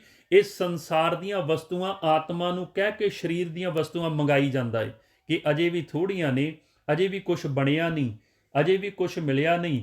ਇਸ ਕਰਕੇ ਮਹਾਰਾਜ ਕਹਿੰਦੇ ਆ ਕਿ ਮਨ ਦੀ ਭੁੱਖ ਕੇਵਲ ਤੇ ਕੇਵਲ ਸਿਰਫ ਨਾਮ ਦੇ ਨਾਲ ਮਿਟ ਸਕਦੀ ਹੈ। ਹੋਰ ਦੁਨੀਆ 'ਚ ਕੋਈ ਵੀ ਐਸੀ ਵਸਤੂ ਨਹੀਂ ਜਿਹੜੀ ਮਨ ਦੀ ਭੁੱਖ ਮਿਟਾ ਸਕੇ। ਸਰੀਰ ਦੀ ਭੁੱਖ ਮਿਟਾਉਣ ਵਾਸਤੇ ਅਨੇਕਾਂ ਵਸਤੂਆਂ ਸੰਸਾਰ ਵਿੱਚ ਮੌਜੂਦ ਨੇ, ਸਰੀਰ ਦੀ ਭੁੱਖ ਮਿਟਾਉਣ ਵਾਸਤੇ, ਲੇਕਿਨ ਮਨ ਦੀ ਭੁੱਖ ਕੇਵਲ ਤੇ ਕੇਵਲ ਨਾਮ ਤੇ ਸਿਮਰਨ ਦੁਆਰਾ ਹੀ ਮਿਟ ਸਕਦੀ ਹੈ। ਮਹਾਰਾਜ ਅੱਗੇ ਸਮਝਾਉਂਦੇ, ਕਹਿੰਦੇ ਨਾਨਕ ਨਾਮ ਰਤੇ ਸੁਖੀਏ ਸਦਾ, ਸਾਚੇ ਸਿਉ ਲਿਵ ਲਾਏ।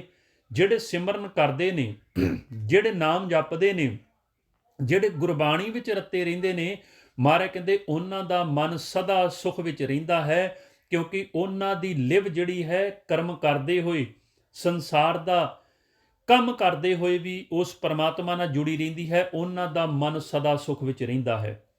ਹੁਣ ਜਦੋਂ ਆਪਾਂ ਕੋਈ ਵੀ ਕੰਮ ਕਰਨਾ, ਮਹਾਰਾਜ ਕਹਿੰਦੇ ਆ ਨਾਲ ਦੀ ਨਾਲ ਸਿਮਰਨ ਜ਼ਰੂਰ ਕਰਨਾ, ਜਿੱਥੇ ਮਰਜ਼ੀ ਦੁਕਾਨਦਾਰੀ ਚਾਹੇ ਕਿਤੇ ਵੀ ਕਰਦੇ ਆ। ਹੁਣ ਆਪਾਂ ਸੁਖਮਨੀ ਸਾਹਿਬ ਦੀ ਬਾਣੀ 'ਚ ਪੜ੍ਹ ਤੇ ਲੈਂਦੇ ਆ ਕਿ ਸਿਮਰ ਸਿਮਰ ਹਰ ਕਾਰਨ ਕਰਨਾ, ਲੇਕਿਨ ਆਪਾਂ ਕਾਰਨ ਤੇ ਕਰੀ ਜਾਂਦੇ ਆ, ਕਿਰਤ ਤੇ ਕਰੀ ਜਾਂਦੇ ਆ, ਲੇਕਿਨ ਨਾਲ ਸਿਮਰਨ ਨਹੀਂ ਕਰਦੇ। ਸਤਿਗੁਰ ਅੱਗੇ ਸਮਝਾਉਂਦੇ, ਕਹਿੰਦੇ ਤਿਸ ਗੁਰ ਕਉ ਹਉ ਵਾਰਿਆ, ਜਿਨ ਹਰ ਕੀ ਹਰ ਕਥਾ ਸੁਣਾਈ। ਕਹਿੰਦੇ ਐਸੇ ਗੁਰੂ, ਐਸੇ ਟੀਚਰ, ਐਸੇ ਉਸਤਾਦ, ਐਸੇ ਗੁਰਮੁਖ ਤੋਂ ਆਪਾਂ ਸਦਾ ਬਲਿਹਾਰ ਜਾਂਦੇ ਆ, ਜਿਨਨੇ ਸਾਨੂੰ ਉਸ ਪਰਮਾਤਮਾ ਦਾ ਭੇਤ ਦਿੱਤਾ, ਉਹਦੀ ਕਥਾ ਸੁਣਾਈ ਤੇ ਉਹਦਾ ਗੁਰਬਾਣੀ ਦੁਆਰਾ ਭੇਤ ਦੇ ਦਿੱਤਾ ਕਿ ਅਸੀਂ ਉਸ ਨਿਰਾਕਾਰ, ਉਸ ਪਰਮਾਤਮਾ ਵਾਹਿਗੁਰੂ ਕਿਵੇਂ ਮਿਲ ਸਕਦੇ ਹਾਂ। ਸਤਿਗੁਰ ਕਹਿੰਦੇ ਆ, ਕਹਿੰਦੇ ਤਿਸ ਗੁਰ ਕਉ ਹਉ ਸਦ ਬਲਿਹਾਰਣੈ, ਜਿਨ ਹਰ ਸੇਵਾ ਬਣਤ ਬਣਾਈ। ਜਿਨਨੇ ਮਨ ਕਰਕੇ ਉਸ ਪਰਮਾਤਮਾ ਦੀ ਸੇਵਾ ਕੀਤੀ, ਕਿਉਂਕਿ ਤਨ ਕਰਕੇ ਆਪਾਂ ਸਰੀਰਾਂ ਦੀ ਸੇਵਾ ਕਰ ਸਕਦੇ ਹਾਂ, ਲੇਕਿਨ ਜਿਹੜਾ ਪਰਮਾਤਮਾ ਨਿਰਾਕਾਰ ਸਵਾਸ ਦੇਣ ਵਾਲਾ, ਉਹ ਸੂਖਮ ਹੈ ਤੇ ਮਨ ਵੀ ਸੂਖਮ ਉਹਦਾ ਬੱਚਾ ਏ। ਮਨ ਉਹਦੀ ਸੇਵਾ ਕਰ ਸਕਦਾ ਹੈ, ਉਹਨੂੰ ਅੰਦਰੋਂ ਸੁਣ ਸੁਣ ਕੇ। ਤਾਂ ਹੀ ਤਾਂ ਸਤਿਗੁਰ ਕਹਿੰਦੇ ਸਤਿਗੁਰ ਕੀ ਸੇਵਾ ਸਫਲ ਹੈ, ਜੇ ਕੋ ਕਰੇ ਚਿੱਤ ਲਾਏ। ਚਿੱਤ ਜਿਹਦਾ ਪਰਮਾਤਮਾ ਨਾਲ ਜੁੜ ਗਿਆ, ਉਸ ਮਾਲਕ ਨਿਰੰਕਾਰ ਦੇ ਨਾਲ ਜੁੜ ਗਿਆ, ਮਹਾਰਾਜ ਕਹਿੰਦੇ ਉਹਦੀ ਸੇਵਾ ਸਫਲ ਹੋ ਸਕਦੀ। ਨਹੀਂ ਤਾਂ ਸੰਸਾਰ ਦੇ ਵਿੱਚ ਭਾਵੇਂ ਜੋੜੇ, ਭਾਵੇਂ ਬਰਤਨ, ਭਾਵੇਂ ਲੰਗਰ, ਭਾਵੇਂ ਕਿਸੇ ਚੀਜ਼ ਦੀ ਸੇਵਾ ਕਰਦਿਆਂ ਵੀ ਮਨ ਦੇ ਅੰਦਰ ਵਿਸ਼ੇ ਤੇ ਵਿਕਾਰ ਚੱਲੀ ਜਾਂਦੇ ਨੇ। ਕਿਉਂਕਿ ਸਤਿਗੁਰ ਕਹਿੰਦੇ ਆ, ਦੇਖੋ ਤੁਸੀਂ ਸੇਵਾ ਕੀਤੀ ਗੁਰੂ ਘਰ ਜਾ ਕੇ, ਹੁਣ ਗੁਰੂ ਘਰ ਜਾਣ ਤੋਂ ਪਹਿਲੋਂ ਵੀ 2 4 5 10 ਘੰਟੇ ਕਿਸੇ ਨਾ ਕਿਸੇ ਜੀਵ ਦੀ ਨਿੰਦਿਆ ਚੁਗਲੀ, ਮਨ ਦੇ ਵਿੱਚ ਕਿਸੇ ਨਾ ਕਿਸੇ ਦੁਆਰਾ ਈਰਖਾ, ਹੰਕਾਰ, ਵੈਰ ਵਿਰੋਧ ਮਨ ਅੰਦਰ ਰੱਖਿਆ ਹੋਊਗਾ। ਤੇ ਜਦੋਂ ਸੇਵਾ ਕਰਕੇ ਗਏ, ਸਾਰਾ ਕੁਝ ਭੁੱਲ ਭੁਲਾ ਕੇ ਬਾਅਦ ਵਿੱਚ ਵੀ ਕਿਸੇ ਦੀ ਨਿੰਦਿਆ ਚੁਗਲੀ ਤੇ ਈਰਖਾ, ਹਉਮੈ, ਹੰਕਾਰ ਕੀਤਾ ਹੋਊ। ਮਹਾਰਾਜ ਕਹਿੰਦੇ ਇਦਾਂ ਕੀਤੀ ਹੋਈ ਸੇਵਾ ਦਾ ਇੱਕ ਤਿਲ ਜਿੰਨਾ ਵੀ ਫਲ ਨਹੀਂ, ਉਹ ਸਾਰੀ ਦੀ ਸਾਰੀ ਸੇਵਾ ਨਿਹਫਲ ਹੋ ਜਾਂਦੀ। ਨਿਹਫਲ ਦਾ ਭਾਵ ਜਿਹਦਾ ਕੋਈ ਫਲ ਨਹੀਂ। ਸਤਿਗੁਰੂ ਗੁਰਬਾਣੀ 'ਚ ਸਮਝਾ ਰਹੇ, ਆਪਾਂ ਨੂੰ ਗਿਆਨ ਬਖਸ਼ਿਸ਼ ਕਰਦੇ ਨੇ, ਕਾਮ ਨਾ ਬਿਸਰਿਓ, ਕ੍ਰੋਧ ਨਾ ਬਿਸਰਿਓ, ਲੋਭ ਨਾ ਛੂਟਿਓ ਦੇਵਾ, ਪਰ ਨਿੰਦਾ ਮੁਖ ਤੇ ਨਹੀਂ ਛੂਟੀ, ਨਿਫਲ ਭਈ ਸਭ ਸੇਵਾ। ਮਹਾਰਾਜ ਕਹਿੰਦੇ ਉਹ ਸੇਵਾ ਸਾਰੀ ਦੀ ਸਾਰੀ ਵਿਅਰਥ ਚਲੀ ਗਈ, ਉਹਦਾ ਇੱਕ ਰੱਤੀ ਜਿੰਨਾ ਵੀ ਆਪਾਂ ਨੂੰ ਫਲ ਨਹੀਂ ਮਿਲਿਆ। ਸਤਿਗੁਰ ਅੱਗੇ ਸਮਝਾਉਂਦੇ, ਕਹਿੰਦੇ ਸੋ ਸਤਿਗੁਰ ਪਿਆਰਾ ਮੇਰੇ ਨਾਲ ਹੈ, ਜਿੱਥੈ ਕਿੱਥੈ ਮੈਨੂੰ ਲਏ ਛਡਾਏ। ਮਹਾਰਾਜ ਕਹਿੰਦੇ ਜਿਹੜੇ ਗੁਰਮੁਖ ਅਭਿਆਸ ਕੀਤਾ, ਸਿਮਰਨ ਕੀਤਾ, ਨਾਮ ਜਪਿਆ ਤੇ ਉਹ ਸਤਿਗੁਰ ਦੀ ਆਵਾਜ਼ ਨੂੰ ਅੰਦਰੋਂ ਸੁਣਿਆ, ਜਿਹੜਾ ਇੱਥੇ ਵੀ ਸਾਨੂੰ ਵਿਸ਼ੇ ਵਿਕਾਰਾਂ ਤੇ ਉਹ ਅੰਦਰ ਪੰਜਾਂ ਜਾਣਿਆਂ ਤੋਂ ਛੁਡਾ ਦਿੰਦਾ ਮਨ ਦਾ ਖਹਿੜਾ। ਤੇ ਜਦੋਂ ਸਰੀਰ ਛੱਡ ਕੇ ਉਸ ਪਰਮਾਤਮਾ ਦੀ ਦਰਗਾਹ ਵਿੱਚ ਜਾਣਾ, ਮਹਾਰਾਜ ਕਹਿੰਦੇ ਉੱਥੇ ਵੀ ਫਿਰ ਸਾਨੂੰ ਜਮਾਂ ਦੇ ਕੋਲੋਂ ਛੁਡਾ ਦਿੰਦਾ ਹੈ।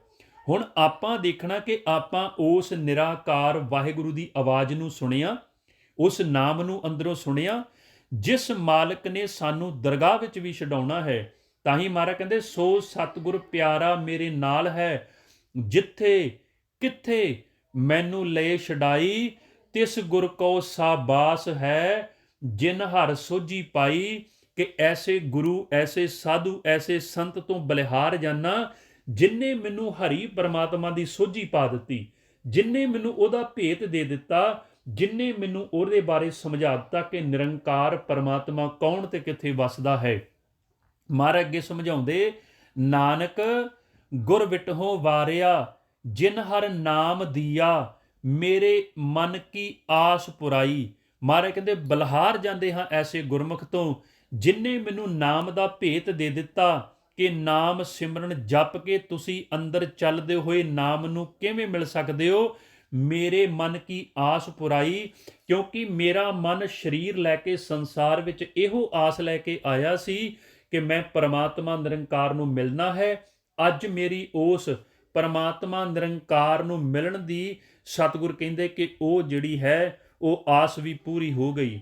ਸਤਿਗੁਰੂ ਅੱਗੇ ਸਮਝਾਉਣਾ ਕਰਦੇ, ਕਹਿੰਦੇ ਕਲ ਮਹਿ ਜਮ ਜੰਦਾਰ ਹੈ, ਹੁਕਮੇ ਕਾਰ ਕਮਾਏ, ਗੁਰ ਰਾਖੇ ਸੇ ਉਬਰੇ, ਮਨ ਮੁਖਾਂ ਦੇ ਸਜਾਏ।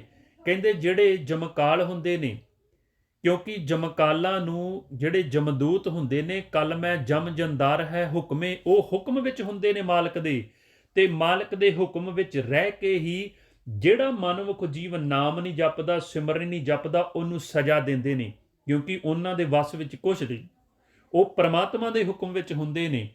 ਤਾਂ ਹੀ ਉਹ ਮਹਾਰਾਜ ਕਹਿੰਦੇ ਕਲ ਮਹਿ ਜਮ ਜੰਦਾਰ ਹੈ, ਹੁਕਮੇ ਕਾਰ ਕਮਾਏ, ਗੁਰ ਰਾਖੇ ਸੇ ਉਬਰੇ। ਕਹਿੰਦੇ ਲੇਕਿਨ ਜਿਨ੍ਹਾਂ ਨੂੰ ਗੁਰੂ ਨੇ ਰੱਖ ਲਿਆ, ਕਿਹੜੇ ਗੁਰੂ ਨੇ? ਉਹ ਸ਼ਬਦ ਗੁਰੂ ਨੇ, ਜਿਹੜੇ ਅੰਦਰੋਂ ਸ਼ਬਦ ਗੁਰੂ ਨੂੰ ਸੁਣਨ ਲੱਗੇ, ਜਿਹੜੇ ਨਾਮ ਨੂੰ ਸੁਣਨ ਲੱਗੇ, ਮਨ ਮੁਖਾਂ ਦੇ ਸਜਾਏ। ਮਹਾਰਾਜ ਕਹਿੰਦੇ ਫਿਰ ਮਨਮੁਖ ਜੀਵ ਜਿਹੜੇ ਹੁੰਦੇ ਨੇ, ਉਹਨਾਂ ਨੂੰ ਸੰਸਾਰ ਦੇ ਵਿੱਚ ਉਹ ਸਜ਼ਾ ਮਿਲਦੀ ਹੈ। ਮਨਮੁਖ ਜੀਵਾਂ ਨੂੰ ਫਿਰ ਸੰਸਾਰ ਵਿੱਚ ਸਜ਼ਾ ਉਹ ਦਰਗਾਹ ਵਿੱਚ ਦਿੱਤੀ ਜਾਂਦੀ ਹੈ ਕਿ ਉਹਨਾਂ ਨੂੰ ਘੋਰ ਨਰਕਾਂ ਦੇ ਵਿੱਚ ਵੀ ਸੁੱਟਿਆ ਜਾਂਦਾ ਹੈ। ਹੁਣ ਸਤਿਗੁਰੂ ਗੁਰਬਾਣੀ ਦੇ ਵਿੱਚ ਆਪਾਂ ਨੂੰ ਗਿਆਨ ਬਖਸ਼ਿਸ਼ ਕਰਦੇ ਕਿ ਆਪਾਂ ਸੰਗਤ ਵਿੱਚ ਆਉਣਾ। ਕਿਉਂ ਆਉਣਾ? ਸੰਗਤ ਵਿੱਚ ਆਉਣ ਦਾ ਮਤਲਬ ਕੀ? ਸੰਗਤ ਵਿੱਚ ਆਉਣ ਦਾ ਫਾਇਦਾ ਕੀ? ਉੱਥੇ ਸਤਿਗੁਰਾਂ ਸਾਨੂੰ ਗੁਰਬਾਣੀ ਦੇ ਵਿੱਚ ਸਮਝਾਇਆ ਕਿ ਸੰਗਤ ਵਿੱਚ ਆਪਾਂ ਕਿਉਂ ਆਉਣਾ ਹੈ। ਜਿਵੇਂ ਗੁਰਮੁਖਾਂ ਨੇ ਕੱਲ ਹੁਕਮ ਕੀਤਾ ਸੀ ਕਿ ਏਕ ਓਂਕਾਰ ਤੋਂ ਲੈ ਕੇ ਜਪ ਤੱਕ ਆਪਾਂ ਕਹਿੰਦੇ ਵਿਚਾਰ ਕਰਨੀ ਆ ਕਿ ਏਕ ਓਂਕਾਰ ਸਤਿਨਾਮ ਕਰਤਾ ਪੁਰਖ ਨਿਰਭਉ, ਕਹਿੰਦੇ ਉਹਦੀ ਵਿਚਾਰ। ਹੁਣ ਜੇ ਆਪਾਂ ਨੂੰ ਇੰਨੀ ਕੁ ਵਿਚਾਰ ਹੀ ਸਮਝ ਆ ਗਈ ਤੇ ਆਪਾਂ ਇਸ ਮਾਰਗ ਤੇ ਪਰਮਾਤਮਾ ਨਿਰੰਕਾਰ ਦੇ ਮਿਲਾਪ ਦੇ ਰਸਤੇ ਤੇ ਬਹੁਤ ਜਲਦੀ ਚੱਲ ਸਕਦੇ ਹਾਂ। ਹੁਣ ਆਓ ਆਪਾਂ ਸਾਰੇ ਰਲ ਮਿਲ ਕੇ ਵਿਚਾਰ ਕਰੀਏ, ਸੰਗਤ ਵਿੱਚ ਆਉਣ ਦਾ ਫਾਇਦਾ ਕੀ? ਮਹਾਰਾਜ ਕਹਿੰਦੇ ਸਭ ਤੋਂ ਪਹਿਲਾਂ ਤੇ ਇਹ ਗਿਆਨ ਲੈਣਾ ਕਿ ਸਤ ਸੰਗਤ ਹੁੰਦੀ ਕੀ ਆ। ਫਿਰ ਸਤਿਗੁਰਾਂ ਗੁਰਬਾਣੀ ਵਿੱਚ ਸਾਨੂੰ ਗਿਆਨ ਬਖਸ਼ਿਸ਼ ਕੀਤਾ ਕਿ ਜਿਹੜੀ ਸੱਚੀ ਸੰਗਤ, ਸਤ ਸੰਗਤ ਦਾ ਭਾਵ ਸੱਚੀ ਸੰਗਤ, ਜਿਹੜੀ ਸੱਚੀ ਸੰਗਤ ਹੁੰਦੀ ਏ ਉਹ ਉਸ ਪਰਮਾਤਮਾ ਵਾਹਿਗੁਰੂ ਸਤਿਗੁਰ ਦੀ ਕਲਾਸ ਹੁੰਦੀ ਏ, ਸਕੂਲ ਹੁੰਦਾ ਏ, ਜਿਸ ਨੂੰ ਸਤਿਗੁਰੂ ਗੁਰਬਾਣੀ ਸਮਝਾਉਂਦੇ ਕਿ ਆਪਾਂ ਐਸੀ ਸੰਗਤ ਵਿੱਚ ਜਾ ਕੇ, ਐਸੀ ਕਲਾਸ ਦੇ ਵਿੱਚ ਬੈਠ ਕੇ ਆਪਾਂ ਉਸ ਪਰਮਾਤਮਾ ਹਰੀ ਦੇ ਗੁਣ ਸਿੱਖਣੇ ਹੁੰਦੇ ਨੇ ਕਿ ਉਹਦੇ ਗੁਣ ਕੀ ਹੈ। ਸਤਿਗੁਰੂ ਗੁਰਬਾਣੀ ਵਿੱਚ ਆਪਾਂ ਨੂੰ ਗਿਆਨ ਬਖਸ਼ਿਸ਼ ਕਰਦੇ, ਮਹਾਰਾਜ ਸਮਝਾਉਂਦੇ ਸਤ ਸੰਗਤ ਸਤਿਗੁਰ ਚਟਸਾਲ ਹੈ, ਜਿਤ ਹਰ ਗੁਣ ਸਿੱਖਾਂ। ਕਿ ਜਿਸ ਸੰਗਤ ਵਿੱਚ, ਜਿਸ ਕਲਾਸ ਸਕੂਲ ਵਿੱਚ ਆ ਕੇ ਮੈਂ ਉਸ ਪਰਮਾਤਮਾ ਦੇ ਹਰੀ ਦੇ ਗੁਣਾਂ ਨੂੰ ਸਿੱਖਣਾ ਹੈ। ਤੇ ਹਰੀ ਦੇ ਗੁਣ ਕਿਹੜੇ ਨੇ? ਆਓ ਆਪਾਂ ਵਿਚਾਰ ਕਰੀਏ ਕਿ ਕਿਹੜੇ-ਕਿਹੜੇ ਹਰੀ ਦੇ ਗੁਣ ਨੇ ਤੇ ਕਿਹੜੇ ਆਪਾਂ ਗੁਣਾਂ ਨੂੰ ਸਿੱਖਣਾ ਹੈ। ਇੱਥੇ ਸਤਿਗੁਰੂ ਗੁਰਬਾਣੀ ਵਿੱਚ ਸਮਝਾ ਰਹੇ ਕਿ ਇੱਕ ਓੰਕਾਰ, ਮਹਾਰਾਜ ਕਹਿੰਦੇ ਇੱਕ ਪਰਮਾਤਮਾ। ਓੰਕਾਰ ਦਾ ਮਤਲਬ ਕਿ ਉਹਦੇ ਸਾਰੇ ਆਕਾਰ ਬਣਾਏ ਹੋਏ ਨੇ।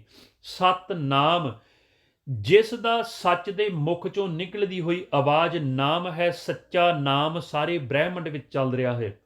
ਉਹੀ ਨਾਮ, ਸੱਚਾ ਨਾਮ ਸਾਡੇ ਸਾਰੇ ਘਟ-ਘਟ ਦੇ ਵਿੱਚ ਚੱਲ ਰਿਹਾ ਹੈ, ਜਿਸ ਨੂੰ ਸਤਿਗੁਰੂ ਗੁਰਬਾਣੀ ਵਿੱਚ ਸਮਝਾਉ ਰਹੇ ਕਿ ਅਨਹਦ ਨਾਦ ਉਹ ਨਾਮ, ਉਹ ਸੱਚਾ ਨਾਮ ਹਰ ਇੱਕ ਸਰੀਰ ਦੇ ਵਿੱਚ ਚੱਲ ਰਿਹਾ ਹੈ। ਆਪਾਂ ਗੁਰਬਾਣੀ ਵਿੱਚ ਪੜ੍ਹਦੇ ਹਾਂ, ਭੁਗਤ ਗਿਆਨ ਦਿਆ ਭੰਡਾਰਨ, ਘਟ ਘਟ ਵਾਜੇ ਨਾਦ, ਆਪ ਨਾਥ ਨਾਥੀ ਸਭ ਜਾਂ ਕੀ, ਰਿੱਧ ਸਿੱਧ ਅਵਰਾ ਸਾਧ। ਕਿ ਉਹਦਾ ਨਾਦ, ਅਨਹਦ ਨਾਮ ਜਿਹੜਾ ਸਾਡੇ ਹਰ ਇੱਕ ਸਰੀਰ ਵਿੱਚ ਚੱਲ ਰਿਹਾ ਹੈ। ਫਿਰ ਮਹਾਰਾਜ ਕਹਿੰਦੇ ਸਤਿਨਾਮ ਕਰਤਾ ਪੁਰਖ, ਉਹ ਸਾਰਿਆਂ ਨੂੰ ਪਾਲਣ ਵਾਲਾ ਨਿਰੰਕਾਰ ਪਿਤਾ। ਹੁਣ ਇੱਥੋਂ ਸ਼ੁਰੂ ਹੁੰਦੇ ਪ੍ਰਮਾਤਮਾ ਦੇ ਗੁਣ। ਪਹਿਲਾ ਗੁਣ ਹੈ ਨਿਰਭਉ। ਸਤਿਗੁਰੂ ਕਹਿੰਦੇ ਉਹਨੂੰ ਕਿਸੇ ਚੀਜ਼ ਦਾ ਡਰ ਨਹੀਂ, ਕਿਉਂਕਿ ਉਹ ਜੰਮਣ ਤੇ ਮਰਨ ਵਿੱਚ ਨਹੀਂ ਆਉਂਦਾ। ਆਪਾਂ ਸਾਰੇ ਜੰਮਣ ਤੇ ਮਰਨ ਵਿੱਚ ਹਾਂ, ਸਾਨੂੰ ਭਉ ਹੈ। ਭਉ ਕਿਸ ਚੀਜ਼ ਦਾ ਹੈ? ਜੇ ਮੇਰੇ ਨਾਲੋਂ ਵੱਧ ਕੋਈ ਸੁੰਦਰ ਹੈ, ਸਾਨੂੰ ਤਾਂ ਵੀ ਡਰ ਹੈ ਵੀ ਕਿਉਂ ਮੇਰੇ ਨਾਲੋਂ ਸੋਹਣਾ ਹੈ। ਜੇ ਮੇਰੇ ਨਾਲੋਂ ਚਲਾਕ ਆ ਤਾਂ ਵੀ ਡਰ, ਜੇ ਮੇਰੇ ਨਾਲੋਂ ਧਨ ਦੌਲਤ ਜ਼ਿਆਦਾ ਤਾਂ ਵੀ ਡਰ। ਤੇ ਮਹਾਰਾਜ ਕਹਿੰਦੇ ਭਾਵੇਂ ਤੂੰ ਵੀ ਸੋਹਣਾ ਹੈ, ਤੂੰ ਵੀ ਚਲਾਕ ਹੈ, ਤੇਰੇ ਕੋਲ ਵੀ ਧਨ ਦੌਲਤ ਬਹੁਤ ਆ, ਪਰ ਜੇ ਤੇਰੀ ਪ੍ਰੀਤ, ਤੇਰਾ ਪਿਆਰ ਪਰਮਾਤਮਾ ਨਾਲ ਨਹੀਂ ਤੇ ਤੂੰ ਮਰਿਆਂ ਦੇ ਬਰਾਬਰ ਹੈ। ਸਤਿਗੁਰੂ ਗੁਰਬਾਣੀ 'ਚ ਆਪਾਂ ਨੂੰ ਗਿਆਨ ਬਖਸ਼ਿਸ਼ ਕਰਦੇ ਨੇ, ਅਤ ਸੁੰਦਰ। ਕਹਿੰਦੇ ਅਤ ਦਾ ਭਾਵੇਂ ਤੂੰ ਸੁੰਦਰ ਆ, ਅਤ ਸੁੰਦਰ ਕੁਲੀਨ ਚਤਰ, ਮੁਖ ਗਿਆਨੀ ਧਨਵੰਤ, ਮਿਰਤਕ ਕਹੀਐ ਨਾਨਕਾ, ਜਿਹ ਪ੍ਰੀਤ ਨਹੀਂ ਭਗਵੰਤ। ਮਹਾਰਾਜ ਕਹਿੰਦੇ ਮਰਿਆਂ ਦੇ ਬਰਾਬਰ ਆ ਜੇ ਪਰਮਾਤਮਾ ਨਾਲ ਸਾਡੀ ਪ੍ਰੀਤ ਨਹੀਂ ਪਈ। ਹੁਣ ਪਹਿਲਾ ਗੁਣ ਹੈ ਨਿਰਭਉ, ਤੇ ਸਾਨੂੰ ਡਰ ਹੈ ਕਿ ਸਾਡੇ ਤੋਂ ਕੋਈ ਸੁੰਦਰ ਨਾ ਹੋ ਜਾਏ, ਕੋਈ ਅਮੀਰ ਨਾ ਹੋ ਜਾਏ, ਕਿਸੇ ਕੋਲ ਸਾਡੇ ਤੋਂ ਵਧੀਆ ਗੱਡੀ ਨਾ ਹੋ ਜਾਏ, ਸਾਡੇ ਤੋਂ ਵਧੀਆ ਜੌਬ ਨਾ ਹੋਵੇ। ਹਰ ਇੱਕ ਚੀਜ਼ ਦਾ ਸਾਨੂੰ ਭਉ ਲੱਗਾ ਰਹਿੰਦਾ ਹੈ। ਇਸ ਭਉ ਦੇ ਵਿੱਚੋਂ ਵੈਰ ਉਪਜਦਾ ਹੈ। ਜੇ ਕਿਸੇ ਕੋਲ ਸਾਡੇ ਨਾਲੋਂ ਕੁਝ ਜ਼ਿਆਦਾ ਹੈ ਤੇ ਮਨ ਦੇ ਵਿੱਚ ਵੈਰ, ਤੇ ਪਰਮਾਤਮਾ ਨਿਰਵੈਰ ਹੈ।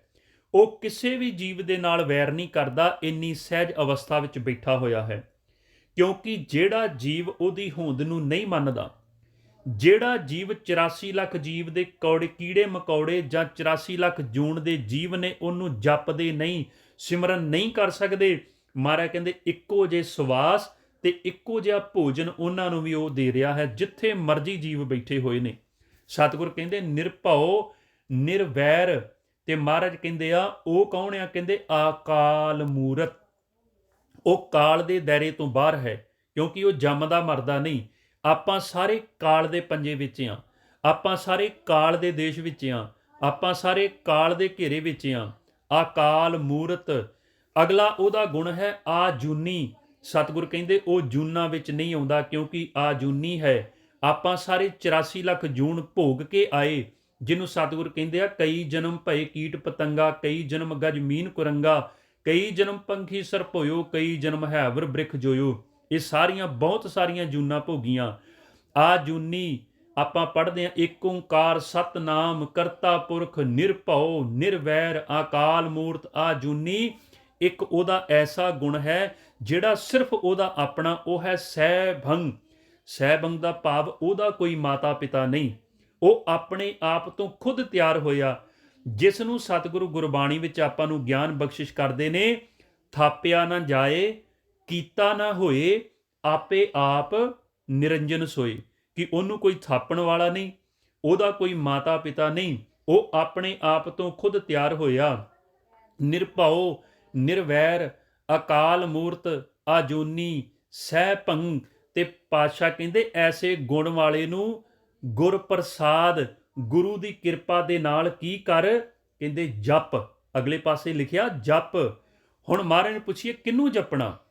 ਹੁਣ ਸਤਿਗੁਰ ਕਹਿੰਦੇ ਆ ਵੀ ਇੰਨੇ ਪਰਮਾਤਮਾ ਦੇ ਗੁਣ ਆ, ਤਾਂ ਹੀ ਤਾਂ ਆਪਾਂ ਗੁਰਬਾਣੀ ਵਿੱਚ ਪੜ੍ਹਦੇ ਕਿ ਸਭ ਗੁਣ ਤੇਰੇ ਮੈਂ ਨਾਹੀਂ ਕੋਏ, ਵਿਣ ਗੁਣ ਕੀਤੇ ਭਗਤ ਨਾ ਹੋਏ। ਕਿ ਜਿੰਨਾ ਚਿਰ ਪਰਮਾਤਮਾ ਦੇ ਗੁਣ ਆਪਾਂ ਧਾਰਨ ਨਹੀਂ ਕਰ ਸਕਦੇ, ਉਹਨਾਂ ਚਿਰ ਮਹਾਰਾਜ ਕਹਿੰਦੇ ਤੁਸੀਂ ਭਗਤੀ ਤੇ ਸਿਮਰਨ ਦੇ ਮਾਰਗ ਤੇ ਨਹੀਂ ਚੱਲ ਸਕਦੇ। ਜਿੰਨਾ ਚਿਰ ਤੁਸੀਂ ਪਰਮਾਤਮਾ ਦੇ ਤੁਹਾਡੇ ਅੰਦਰੋਂ ਈਰਖਾ, ਵੈਰ ਵਿਰੋਧ, ਕਿਸੇ ਦੇ ਨਾਲ ਹਉਮੈ ਹੰਕਾਰ ਖਤਮ ਨਹੀਂ ਹੁੰਦੀ, ਉਹਨਾਂ ਚਿਰ ਆਪਾਂ ਬੰਦਗੀ ਦੇ ਮਾਰਗ ਤੇ ਨਹੀਂ ਚੱਲ ਸਕਦੇ। ਹੁਣ ਉਹ ਪਰਮਾਤਮਾ ਕੌਣ? ਸਤਿਗੁਰ ਕਹਿੰਦੇ ਜਦੋਂ ਸ੍ਰਿਸ਼ਟੀ ਦੀ ਰਚਨਾ ਨਹੀਂ ਸੀ ਹੋਈ, ਆਦ ਸੱਚ। ਸੱਚ ਦਾ ਭਾਵ ਪ੍ਰਕਾਸ਼ ਰੂਪ ਪਰਮਾਤਮਾ ਮੈਲ ਤੋਂ ਰਹਿਤ। ਆਦ ਦਾ ਭਾਵ ਜਦੋਂ ਤੋਂ ਉਹ ਬਣਿਆ, ਆਦ ਸੱਚ। ਹੁਣ ਕਈ ਯੁੱਗ ਵੀ ਬਦਲ ਗਏ, ਸਤਯੁਗ, ਤ੍ਰੇਤਾ, ਦੁਆਪਰ, ਫਿਰ ਕਲਯੁਗ, ਮਹਾਰਾਜ ਕਹਿੰਦੇ ਜੁਗਾਦ ਸੱਚ, ਮਹਾਰਾਜ ਕਹਿੰਦੇ ਜੁਗਾਂ ਜੁਗਾਂ ਤੋਂ ਉਹ ਫਿਰ ਵੀ ਇੱਥੇ ਮੌਜੂਦ ਹੈ। ਤੇ ਸਤਿਗੁਰ ਕਹਿੰਦੇ ਨਾਸਤਕ ਜੀਵ ਨਹੀਂ ਸਮਝਦੇ ਕਿ ਪਰਮਾਤਮਾ ਹੈ, ਲੇਕਿਨ ਉਹ ਕਹਿੰਦੇ ਹੈ ਭੀ ਸੱਚ, ਕਹਿੰਦੇ ਹੁਣ ਵੀ ਉਸੇ ਤਰ੍ਹਾਂ ਅਸੀਮ ਬੈਠਾ ਹੋਇਆ ਕਾਇਨਾਤ ਦੇ ਵਿੱਚ। ਤੇ ਪਰਮਾਤਮਾ ਸਤਿਗੁਰ ਨਿਰੰਕਾਰ ਸਮਝਾਉਂਦੇ, ਨਾਨਕ ਹੋਸੀ ਭੀ ਸੱਚ। ਹੋਸੀ ਭੀ ਸੱਚ ਦਾ ਮਤਲਬ ਕਿ ਜਦੋਂ ਸ੍ਰਿਸ਼ਟੀ ਨੂੰ ਉਹਨੇ ਸੰਕੋਚ ਦੇਣਾ ਹੈ, ਆਪਣੇ ਖੇਲ ਨੂੰ ਖਤਮ ਕਰ ਦੇਣਾ ਹੈ, ਇਸ ਸੰਸਾਰ ਦੇ ਵਿੱਚ ਉਹ ਕੱਲਾ ਪਰਮਾਤਮਾ ਵਾਹਿਗੁਰੂ ਆਪ ਮੌਜੂਦ ਰਹੇਗਾ। ਇਸ ਕਾਇਨਾਤ, ਇਸ ਸ੍ਰਿਸ਼ਟੀ ਦੇ ਵਿੱਚ ਜਦੋਂ ਉਹਨੇ ਸ੍ਰਿਸ਼ਟੀ ਨੂੰ ਸੰਕੋਚ ਲੈਣਾ ਹੈ। ਇਸ ਕਰਕੇ ਮਹਾਰਾਜ ਕਹਿੰਦੇ ਆ ਕਿ ਜੇ ਪਰਮਾਤਮਾ ਨੇ ਸਾਡੇ ਸਾਰਿਆਂ ਦੇ ਉੱਪਰ ਕਿਰਪਾ ਕੀਤੀ ਹੈ, ਨਿਰੰਕਾਰ ਨੇ ਸਾਨੂੰ ਮਨੁੱਖਾ ਜਨਮ ਦਿੱਤਾ ਹੈ, ਸਾਨੂੰ ਸਾਹਿਬ ਸ੍ਰੀ ਗੁਰੂ ਗ੍ਰੰਥ ਸਾਹਿਬ ਜੀ ਵਰਗੇ ਸਤਿਗੁਰ ਦਿੱਤੇ ਹਨ, ਤੇ ਆਪਾਂ ਸਤਿਗੁਰਾਂ ਦੀ ਬਾਣੀ ਦਾ ਸੱਚਾ ਗਿਆਨ ਆਪਾਂ ਲੈ ਕੇ ਪਰਮਾਤਮਾ ਦੇ ਸਿਮਰਨ ਤੇ ਭਗਤੀ ਤੇ ਲੱਗ ਜਾਈਏ। ਕਿਤੇ ਇਦਾਂ ਨਾ ਹੋਵੇ ਕਿ ਕਰਮ ਕਰਦੇ ਕਰਦੇ ਸਾਡਾ ਮਨੁੱਖਾ ਜਨਮ ਜਿਹੜਾ ਹੈ ਕਿਰਤ ਕਰਦੇ ਹੋਏ ਹੀ ਇਹ ਵਿਅਰਥ ਚਲਾ ਜਾਵੇ। ਕਿਉਂਕਿ ਕਿਰਤ ਜ਼ਰੂਰ ਕਰਨੀ ਹੈ, ਲੇਕਿਨ ਕਿਰਤ ਦੇ ਨਾਲ ਨਾਲ ਸਿਮਰਨ ਵੀ ਕਰਨਾ ਹੈ। ਕਿਉਂਕਿ ਕਿਰਤ ਕਰਨੀ ਹੈ ਸਰੀਰ ਵਾਸਤੇ ਤੇ ਕਿਰਤ ਕਰਨੀ ਹੈ ਮਨ ਵਾਸਤੇ। ਸਰੀਰ ਦੀ ਕਿਰਤ ਹੈ ਸੰਸਾਰ ਦੀਆਂ ਲੋੜਾਂ, ਤੇ ਸੰਸਾਰ ਦੀ ਕਿਰਤ, ਮਨ ਦੀ ਕਿਰਤ ਹੈ ਸਿਮਰਨ ਤੇ ਬੰਦਗੀ। ਕਿਉਂਕਿ ਸਰੀਰ ਤਾਂ ਇੱਥੇ ਰਹਿ ਜਾਣਾ ਹੈ, ਇਸ ਸੰਸਾਰ ਵਿੱਚੋਂ ਕੱਪੜਾ ਪਾਇਆ, ਇਸੇ ਸੰਸਾਰ ਦੇ ਵਿੱਚ ਆਪਾਂ ਇਸ ਕੱਪੜੇ ਨੂੰ ਉਤਾਰ ਕੇ ਚਲਾ ਜਾਣਾ। ਜਿਸ ਨੇ ਵਿੱਚੋਂ ਨਿਕਲਣਾ, ਜਿਸ ਨੇ ਇਹ ਸਰੀਰ ਨੂੰ ਛੱਡਣਾ, ਕਿਉਂਕਿ ਸਤਿਗੁਰ ਕਹਿੰਦੇ ਸਰੀਰ ਇੱਕ ਕਿਰਾਏ ਦਾ ਮਕਾਨ ਹੈ ਤੇ ਸਵਾਸ ਧਨ ਹੈ। ਜਿੰਨਾ ਚਿਰ ਇਹ ਧਨ ਮਨ ਉਹਨਾਂ ਨੂੰ ਦੇਈ ਜਾ ਰਿਹਾ ਹੈ, ਉਹਨਾਂ ਚਿਰ ਉਹਨਾਂ ਨੇ ਆਪਣੇ ਘਰ ਵਿੱਚ ਰੱਖਣਾ ਹੈ। ਜਦੋਂ ਇਹ ਧਨ ਦੇਣਾ, ਕਿਰਾਇਆ ਦੇਣਾ ਖਤਮ ਕਰ ਦਿੱਤਾ, ਫਿਰ ਇਸ ਘਰ ਦੇ ਵਿੱਚੋਂ ਇਹਨੂੰ ਕੱਢ ਦਿੱਤਾ ਜਾਏਗਾ। ਸੋ ਇਸ ਕਰਕੇ ਆਪਾਂ ਸਤਿਗੁਰਾਂ ਦੀ ਗੁਰਬਾਣੀ ਤੋਂ ਗਿਆਨ ਲੈ ਕੇ ਆਪਾਂ ਸਿਮਰਨ ਕਰਦੇ ਹੋਏ, ਆਪਾਂ ਨਾਮ ਜਪਦੇ ਹੋਏ ਇਸ ਸੰਸਾਰ ਤੋਂ ਆਪਣੇ ਮਾਨਸ ਜਾਮੇ ਦਾ ਜਿਹੜਾ ਲਾਹਾ ਉਹ ਖੱਟ ਕੇ ਜਾਣਾ ਹੈ। ਸੋ ਗੁਰਮੁਖ ਪਿਆਰਿਓ, ਜੋ